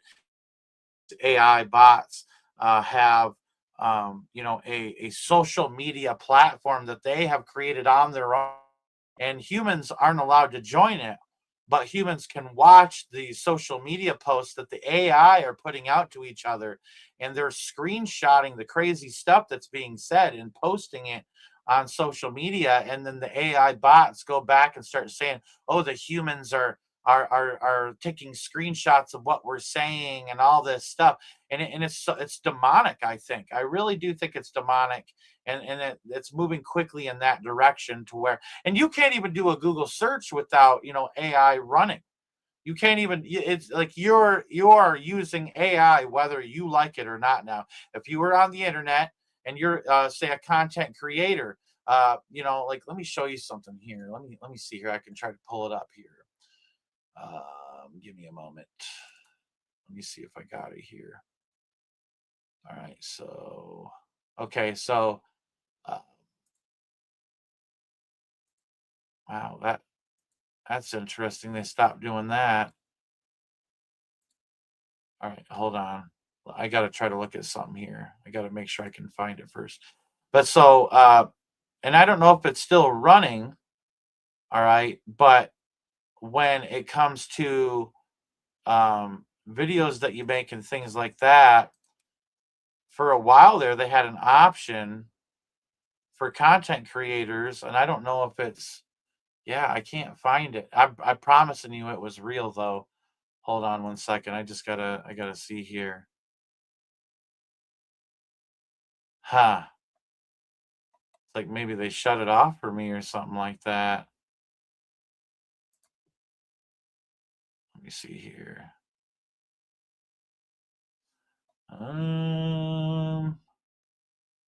Yeah, no, anyways, I'll just tell you, because it's not an option for me anymore. So for a while there, they had an AI thing that was set up on YouTube for yeah, this is, oh, I'm telling you, I think people complained about it and got it taken down. And listen, what I'm about to tell you is 100% true. I hope that you're listening to me when I tell you what I'm about to tell you, because this is inside baseball that I don't think any other content creator told anybody when it happened. I just never used it, didn't care. And now that, you know, AI is coming up more and more, I want to tell people about what this is. I never clicked on it once, never got involved in it, all right? But I can guarantee you there are people that are. So there was an AI thing set up with YouTube to where AI would tell the content creator what channels you subscribe to, and it would also tell the content creators what videos you watch the most. All right, it would tell you what videos you watch the most. All right, and so you need to understand that that's the way things worked for quite a while. Hold on one second. And so, anyways, my point is, all right, is that, you know, it's set up to where content creators can come about, all right, and use AI to analytically figure out what you're saying, all right, what you're commenting, what you're viewing, who you subscribe to tailor content to their communities, to tailor content to what is actually going on. All right. It's absolutely insane. All right. And so it's become that invasive. And what's funny is everybody's watching YouTube and everybody's loving YouTube and everybody's addicted. I'm not saying everybody, but there's people that are addicted to YouTube that couldn't get off it if their life depended on it. They're so dependent on it, but it's actually analyzing everything that you do. All right. AI is doing that so that way the content creators can make more money off of you. All right. And I actually I can show you right here. Give me a moment here. 1 second. Give me a moment. I'm going to pull this up and I'll show you what the symbol was. Cause I do see the symbol, but I'll show you how it doesn't work for me anymore. All right. So hold on. I'm going to click on share screen, channel dashboard. All right. So this is my channel dashboard. All right. So when I come into YouTube, this is what I see. And I see, my subscribers or whatever.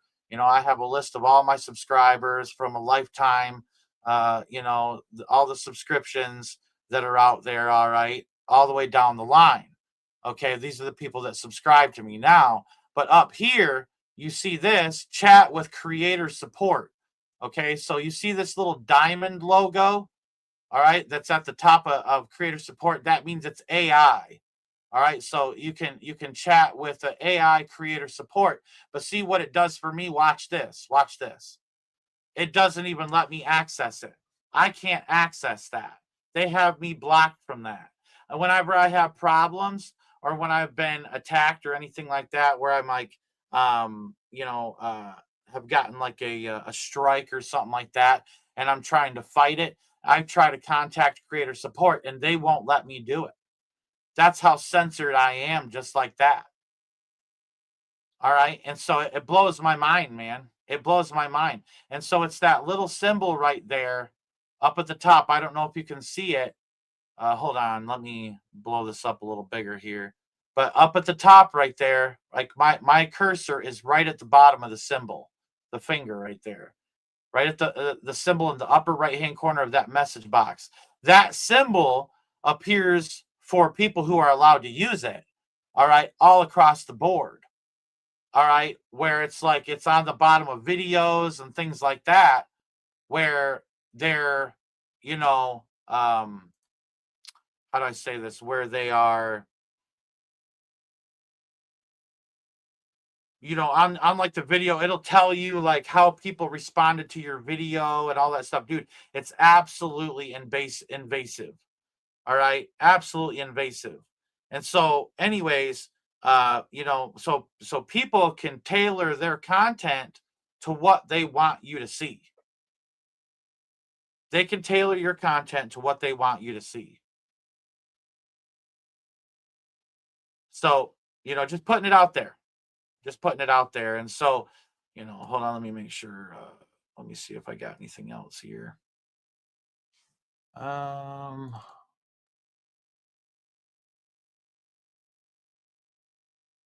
So on top of this, all right, and just putting this out here, and this is kind of graphic, so I understand if people don't want to stay and watch this, all right, but you have a document that came out where it talked about Jeffrey Epstein, and I'm not going to, this is horrific, dude, but 11 to 13-year-olds, all right, that are literally being strapped down.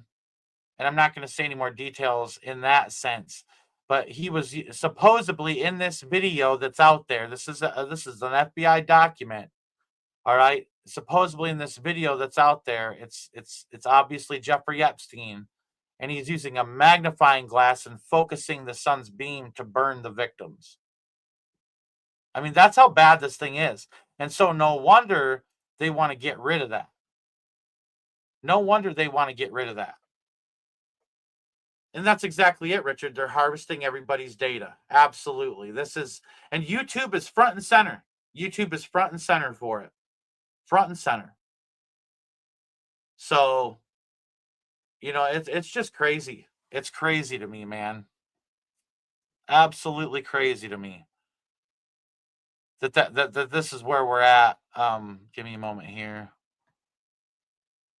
And even in this document right here, and you can see Ariane de Rothschild is being in the Thrilling Hunt, Amazing Old Male, and Amazing Hunt. My bankers should be careful. And Kathy O'Brien has been talking about, the being hunted.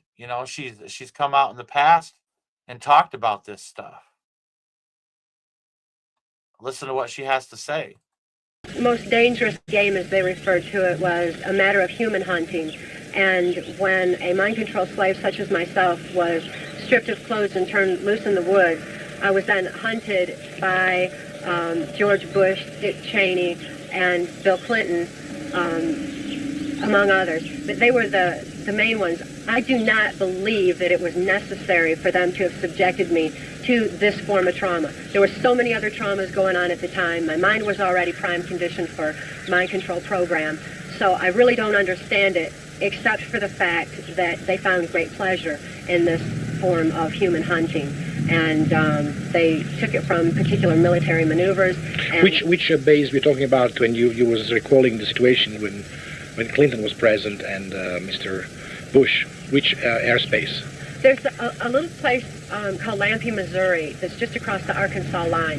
Bill Clinton was governor of Arkansas at that time, and his whole operation that was Mena, Arkansas was the main hub for, was bringing cocaine into this CIA compound. And this particular Swiss villa, as they called it, amphitheater in Lampe, Missouri, was actually a CIA compound out in the woods, military fencing all around it, and mind control training center where there was high-tech equipment was in one building. There were offices in another. There were little Swiss-style villas or cabins where different officials in either the military, CIA, or politics would stay, and it would house them while they were there for either the cocaine activities, for the paramilitary operations that were going on. There were black helicopters everywhere, total robotic guys that were being used in special forces. Which special force you're referring to? There was also another program of mind control by Delta Force, yes. Right? Can you describe, what is your knowledge? Do you have any knowledge of that, or you met these people, and can you describe me some more of this? The Delta Force and the Navy SEALs are an elite part of the military that is mind controlled, like the mercenaries. I'm more familiar with the mercenaries that were being trained to carry out international operations that weren't necessarily sanctioned by Congress, and they were brought into other countries, such as South America, and to carry out their orders. When in a country like that, the airplanes would then come back with the drugs, and it was then sold on the streets here in America, and really worldwide. The CIA's so-called war on drugs was nothing more than the CIA eliminating their competition and taking over the drug industry. So it was all inter-attached. It all interworked. At this particular compound in Lampe, Missouri, the paramilitary operations there were for more of the UN aspect. They didn't wear UN uniforms. They wore black uniforms, had black helicopters. And this was for implementing the New World Order and didn't really have anything to do with our actual military defense. So that tells you a lot about it. But she was hunted by Dick Cheney, George Bush, Bill Clinton. There's even like a hunting group that's part of the Bohemian Grove, and I know this for a fact. And they'll bring kids out and strip them naked and make them run through the woods and actually be hunted like human animals. It's absolutely horrific. And and like I was showing you, a Rothschild is saying thanks for the thrilling hunt. Right there. So, I mean, it tells you everything that you need to know right there. And who's a part of it and what they're doing. It's absolutely horrific, man. Absolutely horrific. It's hard to fathom, how far this has gone and how long it's gone on. This has gone on for so many years. Kathy's been talking about it for 30 plus years. And I've spoken about it on the streets for a long time, but I felt like for a while when I started, and I'll speak about this publicly. When I first started End Times Talk, I thought I had to be a certain way and act like a cookie cutter Christian, and you know always be just reading the word, preaching the word, and it's important. The word is of the utmost importance, but to stand up for the children is so much more important as well. Not more important, but just as important as reading the word. Because Jesus loves the children so much. And it's like, you can try and you can try and you can try. Like, I know family members that are just, and they're young. They're just, society has just brainwashed them to behave a certain way, to act a certain way, to act out, to just be crazy acting. And I've shown you, the videos. Not every child is abused. Some children just go off the Richter scales because of the programming that they're enduring just from being online. And the online stuff is so damaging. And I tell parents all the time, especially new parents that I come across, like, dude, just keep them off the cell phones and keep them off the video games as long as you can. And so the video games, there's all these back doors to the video games that parents aren't aware of, that the kids are. um it's to um it's to groom the children and to cause them to be, I don't know, how do I say it, pliable and moldable to the agenda of these pedophiles. That's what Roblox was created for. And now they're creating like a dating app within Roblox. That's like the new thing. Like, they're making it to where, like, it's like a dating platform, and like a hookup place. Like, it's so ripe for abuse, and parents don't know about the switch, and their kids are still playing it. Like, I know people that still allow their kids to play Roblox. If my son was young and he still lived at home, I would literally be like, dude, are you playing Roblox? And if I see that, I'd be like, no, absolutely not. Delete it. Roblox is that bad, but it's not just Roblox anymore. Like, so there's a guy named Brock Pierce, and he works with a lot of these video games and stuff behind the scenes. He's very influential, and he ran with a network of pedophiles back in the day. And there's people that are involved in the production of these video games and the programming of the video games that are pedophiles themselves, and they want access to kids. And so what better way for a pedophile to infiltrate children than to gain access through video games? Because parents, they see their kids playing video games, and all of a sudden the parents get this sense of well-being, and I can let my guard down. My kid's just playing video games. They're home, they're safe, they're in their room, but they're not safe. They're not safe. There's a lady, and I want to show you this. I think it's important to bring this up. Give me a moment, because I want you to learn as well what these people are doing. Give me a moment here. I'm trying to find.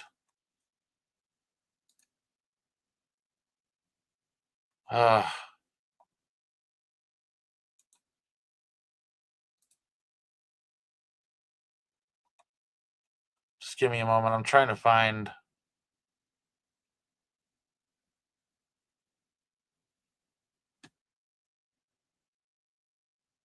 Yeah, I can't find where the documentary is still around. This lady created a documentary series, and I was going to recommend it, and I'm having a hard time finding it.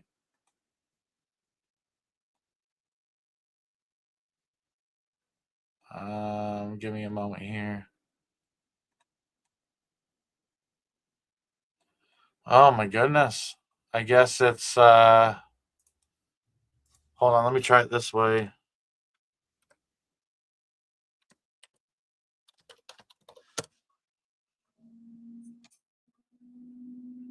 Okay, here it is. So, oh yeah, look at that. Look at that. Okay, so here we go. All right, coming back to you guys. I want to show you guys this really important stuff here. Listen up. All right, so this lady, and she goes by BX, but it's just her actual @ is, and you can see beneath it here, @ BX on X. All right, and this lady exposed the satanic murder cult that was forming, and they took down all of her videos on the 764, and she's put up this post to set that she's saying, can you see my 764 video in this post, yes or no? Trying to figure out if all the vids are suppressed or just part 1. And this is part 1, and so they're trying to suppress it. And so here we go. Hold on, I'm going to put I'm going to put how to find this and in the comment section. I'll show you. So hold on one second. All right, paste. All right, so I just put a link up in my comment section. This is not for the faint of heart, okay? Not for the faint of heart watching these videos. All right, so you really need to know that before. But so in the comment section of this video, which is part 1, called Where is Jade, there's part 2, there's part 3, there's part 4, there's part 5, okay? And so anyways, there's another one that she came out with, and it's called The Abyss. But start with these first 5, and this is all about the video games and how they're operating. Like, I'll just show you like a snippet of this. In August of 2022, I was researching the mass shooting at a 4th of July parade in Highland Park, Illinois, along with 3 other open-source intelligence researchers, when I stumbled on an unheard article written by Nama Cates about the alleged shooter Robert Crimo, and I decided to DM her. Nama is an ex-Hollywood actress who hosted a podcast called Incels, in which she interviewed various members of the fringe involuntarily celibate, or incel movement. Nama was also interested in researching mass shootings. In our early conversations, she referenced her friend Jade, who had many of the same beliefs as me. I want to say this too, that when you start to research serial killers and when you start to research these mass shooters, they're all Satanists. The government, the media, the mainstream media wants to cover it up, but that is a common factor between, and anybody who knows what they're talking about, people can argue with me, but you don't know what you're talking about because I've done the research. But all of these serial killers and mass shooters and all this violence, the people that commit these atrocities always are and I mean, I'm talking 95% of the time, always are Satanists. Specifically, that some recent mass shooters were being provoked and groomed by a rising terrorist threat known as accelerationism. Accelerationists, as I understood them, were a decentralized group of domestic terrorists bound by their shared desire for societal collapse, after which they hoped to install a fascist regime in the smoldering ashes of the West. Functionally, these people are provocateurs who infiltrate various extremist movements and incite.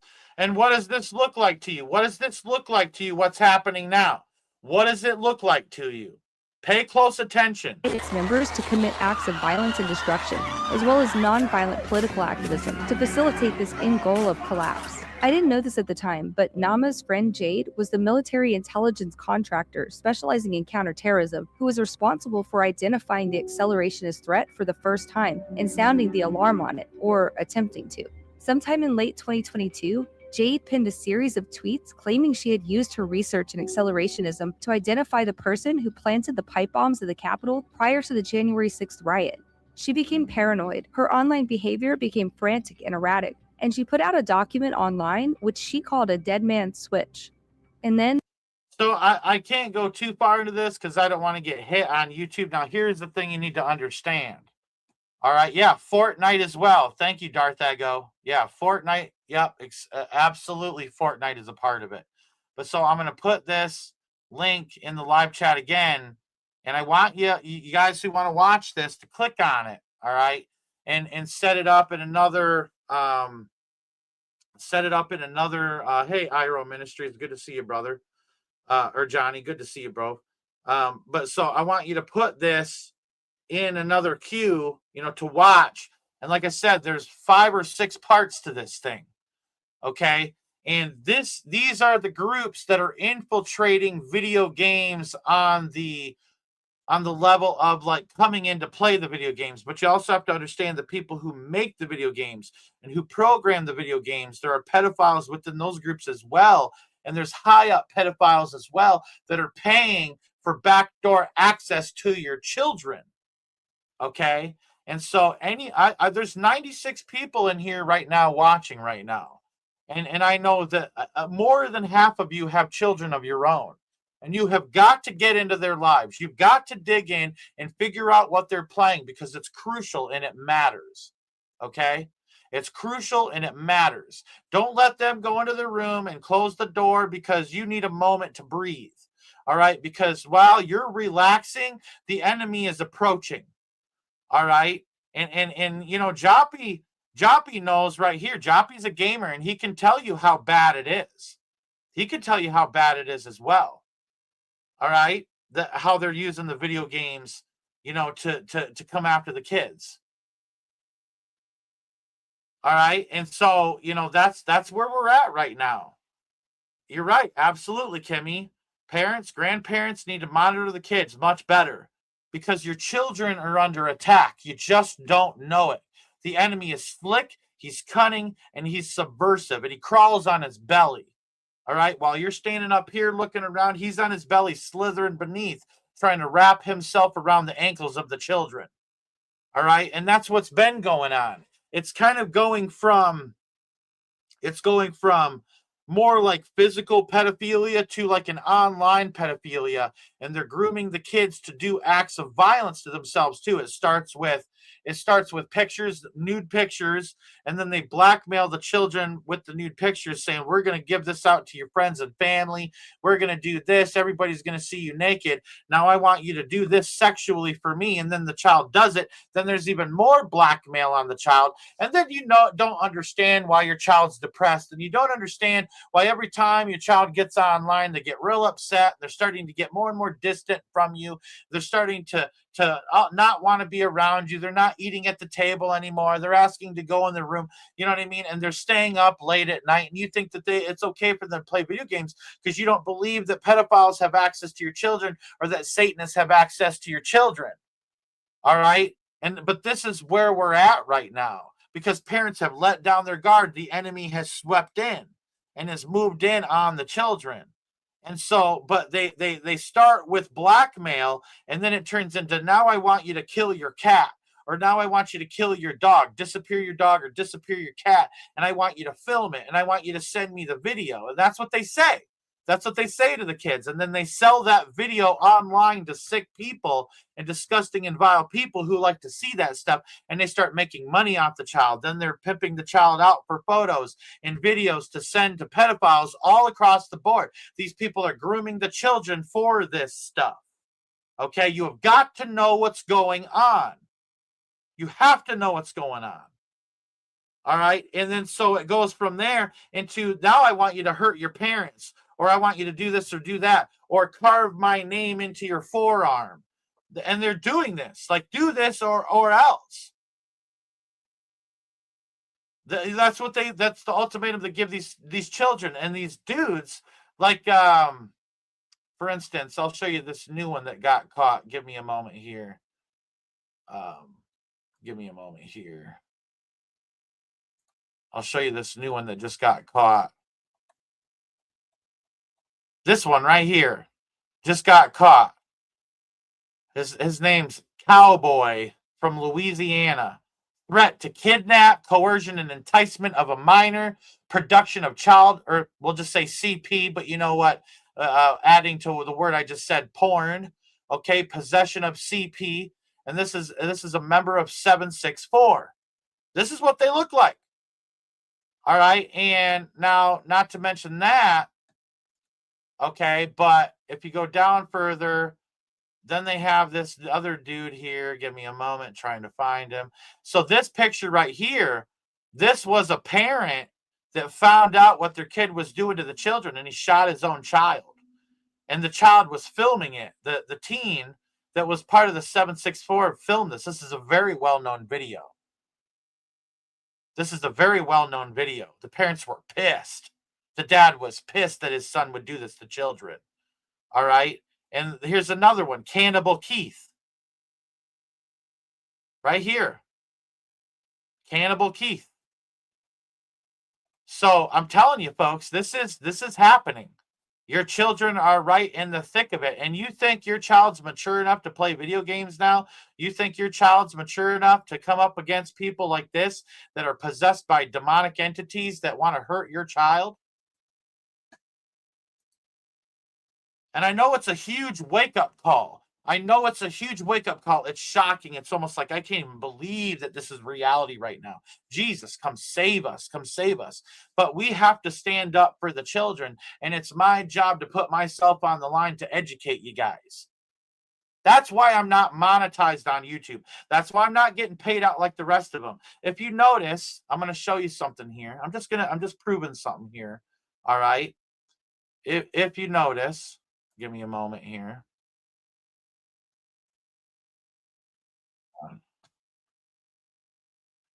So if you notice, all right, on my videos, I'm going to share screen here. This is the live I'm doing right now. And if you notice at the bottom of here, it doesn't say join. There'll usually be two buttons down here that'll say subscribe and then join. All right, join is for the people that do that are monetized. Okay. So when you have something up here that says join, it'll be because you're monetized and that person can pay to join your channel, not just subscribe to it. Okay. So those channels, and I want you to pay attention to something here. Just listen. Don't get upset. Listen. The channels that don't talk about this stuff are the ones that are monetized, because YouTube has the collar around their neck and are yanking them around as to what they can say and what they can't say. Let me show you something here. I'm giving you some back behind the stage understanding here. Give me a moment here. Okay, so check this out. All right, let me show you. All right, so here's my channel dashboard, okay? Look at this right here. This week on YouTube, the Creator Insider, okay? It says, hello, insiders. Today's newsflash. We're improving content management and updating video settings on YouTube. And you can click on that, and this is the video that will play for... Oh, hold on. It's not showing it. Hold on. This is the video that will play for content creators alone. It's only for content creators. Okay? And so this is where they like... Tuesday, it's news day. I'm pulling back the curtain on our latest features today, so let's dive in. So this gives all the creators on YouTube the new inside scoop as to what YouTube's doing. Okay? And this is where it's at. This is what they go through. Improvements on content, improvements to the videos, all this stuff, and it goes through the line. And so when you're monetized, all right, they even have this one, like the news, YouTube Creator Roundup. Your monthly roundup is here. Get the latest news and this month's short roundup. Hold on, I forgot to share that. Whoops. Hold on.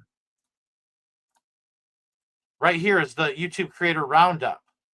All right, and it's like a short section. I don't know. Hold on.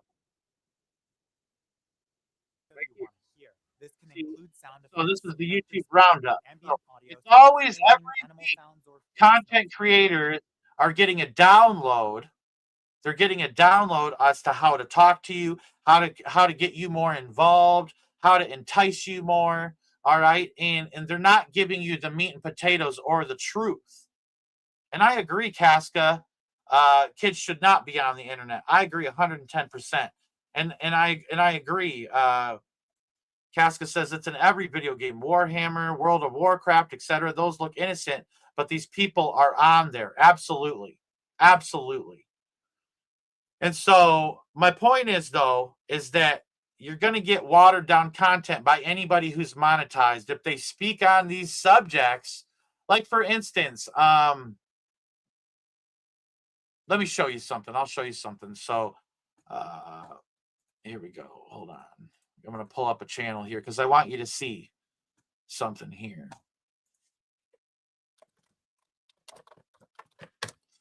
I'm trying to give you some behind the scenes understanding, and we'll just use Sean Ryan's thing for instance, okay, because I know this happened to him just recently.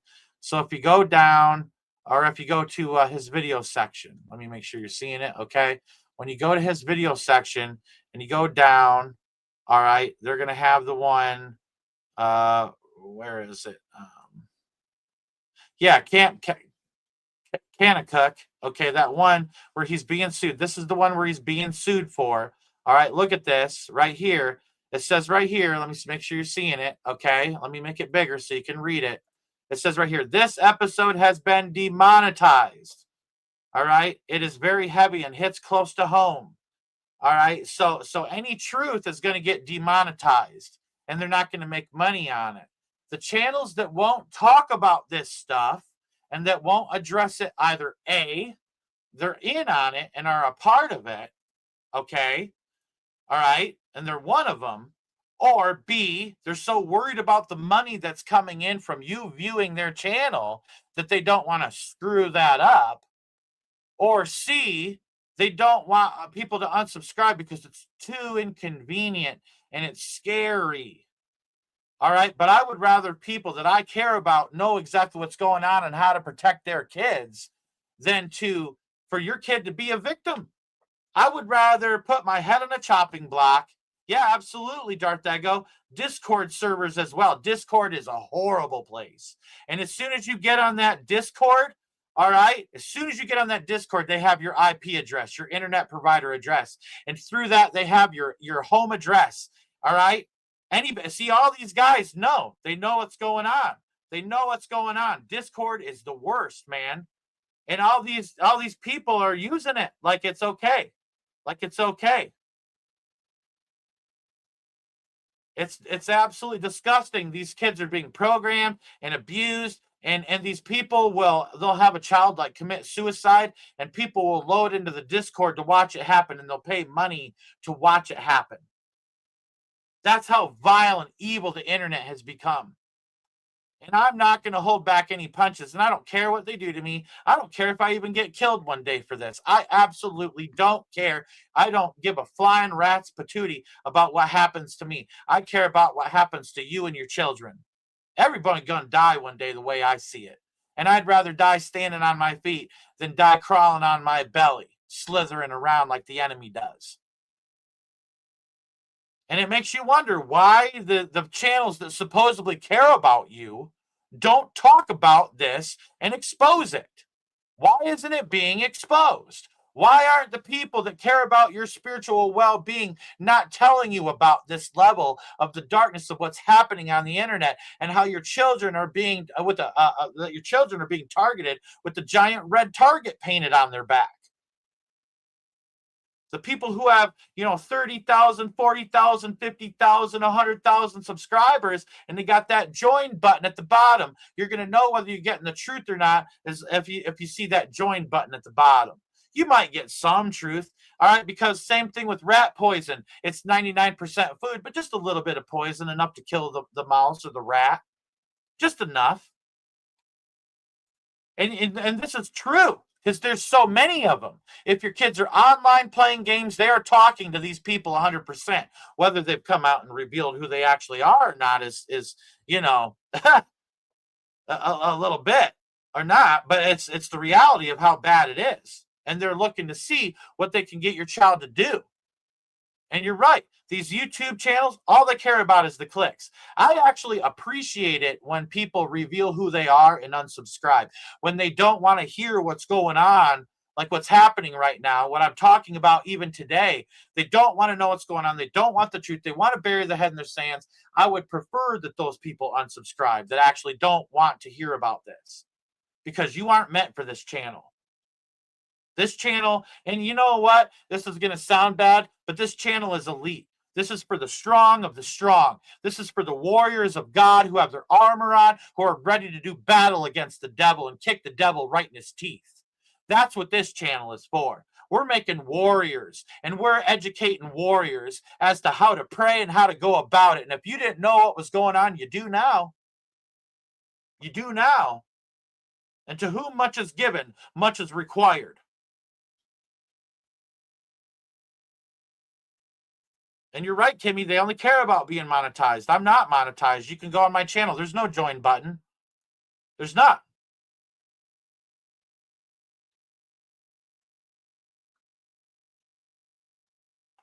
You know what? And I agree with this, Casca. You know, you definitely know what you're talking about when it comes to games. I'm sure you're seasoned and been through it. You know, I used to play video games, but not online. I kind of stopped with that Skate 3 video game. I skateboarded for 20 years, and I enjoyed the skate video game. But as soon as it got to where I had with the Xbox One and I had to save it online, I'm like, count me out.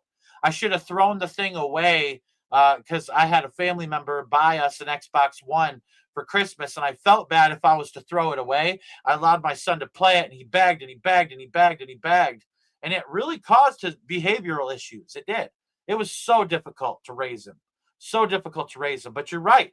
The games are being used like degrees of Freemasonry to put the children through degrees, and they are teaching them the occult.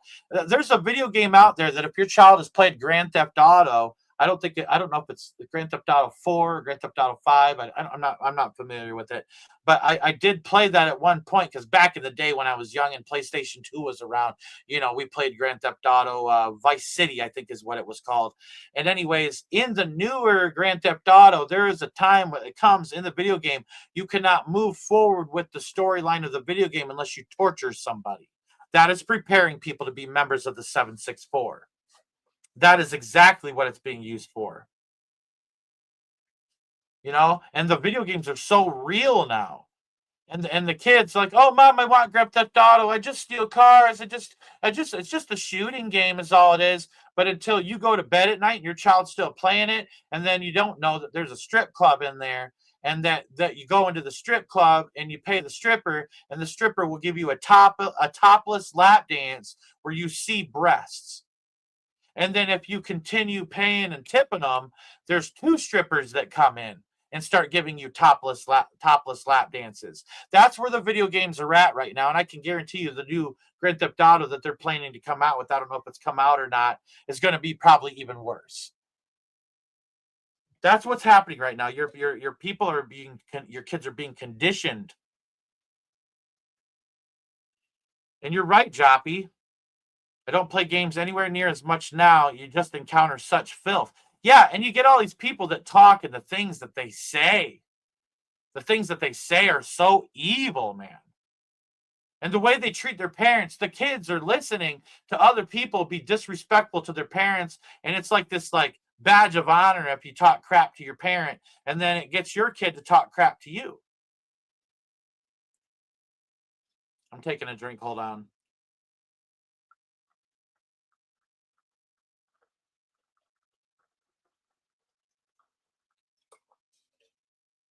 But that's where it's all at. That's what society's become. A complete degradation of morality, complete degradation of the family unit, a complete degradation of all morals. And it's just become a cesspool.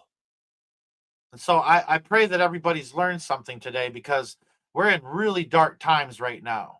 And anybody that's walking around acting like everything's okay and, oh, we shouldn't be paying attention to this, we got to focus on Jesus. If I didn't tell you this today, would some of you know what's going on? And I'm not talking to like the seasoned gamers in here or anything like that. Is there anybody in here out of the 90 people watching right now that you could comment in the live chat and honestly say you didn't know about what was going on in the video games until today? Because I'll tell you right now, I had an email after I talked about this the last time. I had an email come in, and the parents got a hold of me, all right? And they said to me, Josh, because of what you taught us about Spawnism, this religion where they believe in going out and committing violent acts of bloodshed in order to have a second chance at life, all right, when they die, it's called Spawnism, all right. When I kind of exposed that and then was talking about the 764 and the Order of the Nine Angles and the Maniac Murder Cult and all of this stuff, okay, the parent got a hold of me and said the exact video game that was the original video game where Spawnism came out into the open, all right, our daughter was playing and she was getting involved in it and she was talking to some really bad people, and we checked and you were right, Josh. And we got it. We took the video game console and all of this stuff.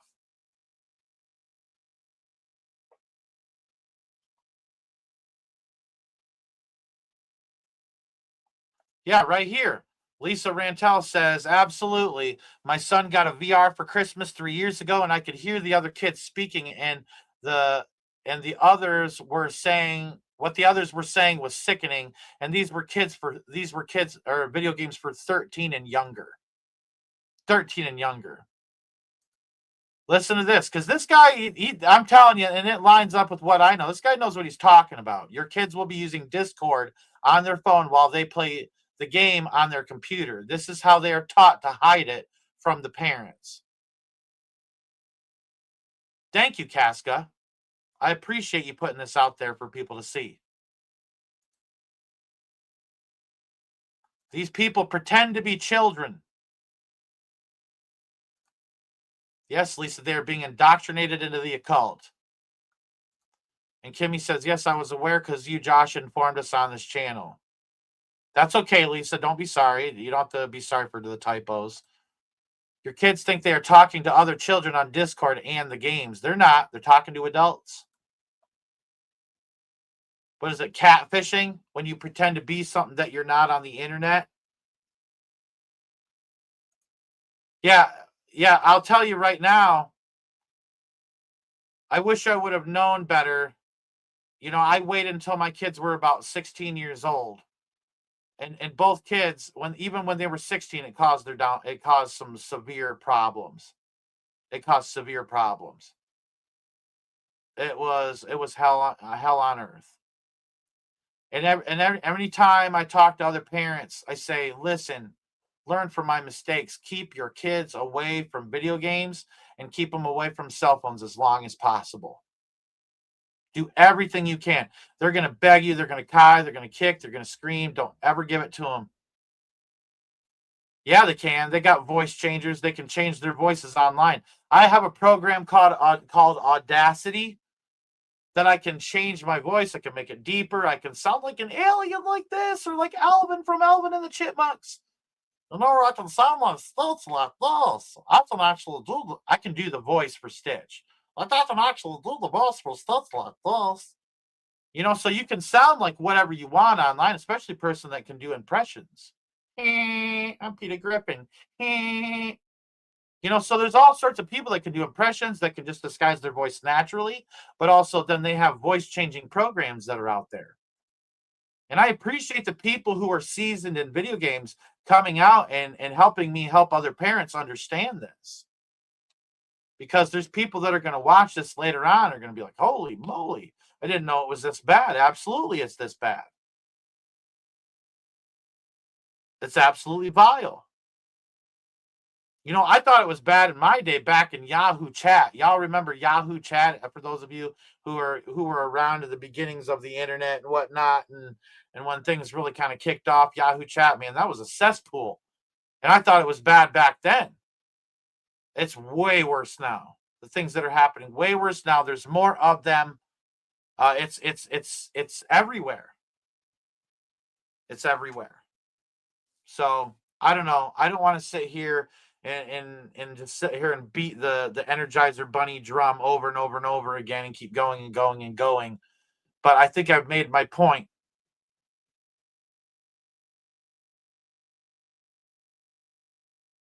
Yeah, Haley, actually, I've talked about that. Actually, there's a, you know what, let me pull it up real quick. I'll show you something what this lady did. Give me a moment here as you bring that up. I want to show you something here. And I sent this to John Paul. But so I'm going to flip through this here, okay? So this is a girl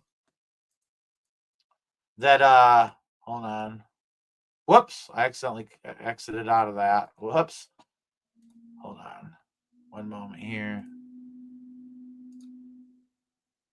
Give me a second. I'm trying to bring this up here. Okay. So, all right. This girl took AI. She took AI and Photoshop and created hundreds of fake photos showing this guy from the TV show Stranger Things. All right, the guy the Joe Keery that plays Steve Harrington on Stranger Things. All right, and she literally took, these look so real. They look so real what she created. They're wearing matching clothes. Absolutely insane. And made this look real. And she had like 19,000 people follow her. And so I'm going to tell you this, the same way she created that, they can put your child's face on previous CP. All right. And you know what I'm saying by CP, what we've talked about a few times throughout this. Child exploitive material, we'll say. And they can literally, you can't even put pictures of your kids online anymore.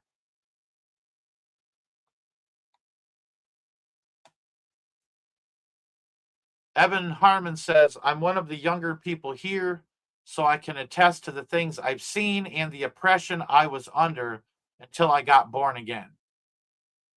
Thank you for coming forward, Evan. Thank you for coming forward, Evan. Appreciate that. Because you're confirming to parents all over. And we don't need to know your age or anything about you, but I assume that you're probably under 18, but don't say your age. Don't do that. But for parents to see that someone's come forward and saying that what they've seen and what they've heard is and that it coincides with what I'm telling you, that's all you need to know. And even my son will come back and be like, man, I was surfing the internet and like there's this horrible thing on there. I couldn't believe it. And I'm like, dude, it's just an evil playground that the internet is. It's what it's come to be. And so I don't know. I pray for the children in Jesus' mighty name. God, I ask you to cover them with your blood and your precious Holy Spirit, Lord. I pray that you will watch over them and keep them safe. I pray that you help them to know that you're real and that through you they have salvation and only through you. I pray for breakthrough in their lives, Lord. I pray that they come out of the programming that they've been under and that they see what's being exposed all across the internet and they see what's happening to them and they connect the dots, Lord. Help them to connect the dots, Jesus. Break their minds free of the matrix. Help them to take that red pill, which is the blood of Jesus Christ. I pray that these children get born again and that they come into a precious relationship with you, Jesus. I pray for breakthrough, Lord, for families. I pray for the healing of the children and of the family unit. In Jesus' mighty name, everything that Satan is trying so hard to break apart, I rebuke you, Satan, and everything that you stand for, all principalities and powers of darkness and spiritual wickedness in high places. I pray against Satanism, Luciferianism. I pray against witchcraft. I pray against spell work and incantations. I pray against morbidity and all the evil stuff, cannibalism, all the and the child exploitive material that's out there. I rebuke it in Jesus' mighty name. And I pray that you continue to expose it, Lord Jesus. I pray that you continue to educate people, Lord Jesus, and how to keep their children safe and how to help people avoid this stuff. Because the internet can be used for your good, God. We're trying to do it right here, right today. And I'm doing the best that I can with what I have to work with, God. I pray that you strengthen End Times Talk. I pray you strengthen the people that come here. I pray you strengthen the mothers, the fathers, the children. I pray you cover their homes with your precious blood and your Holy Spirit. I pray you send guardian angels to surround them and protect them. I pray you be with the children when they go to the schools in Jesus' mighty name.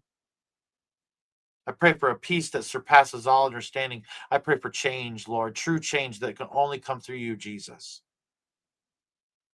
I pray for life and victory instead of death and defeat for God's people. I pray you will help us get to the finish line, God. I pray that you will walk us through, that you will be our lamp in the dark, Lord Jesus. Help us to get into your word. Help us to be praying constantly and diligently, and to put it first, to put you first, Jesus, throughout our day. When we wake up, to put you first. When we go to sleep, to put you first. I pray you help us through these days that we're in, that you give us the strength to get through this. And we pray that you will come, Jesus, that you will come get us off this planet and the pre-tribulation rapture, and that we will abide with you in heaven while the world falls into chaos. Even so, come, Lord Jesus. In your mighty name I pray. Amen and amen. May God bless you all. May he keep you in these last days. And please don't forget to go out and change this world in which you live.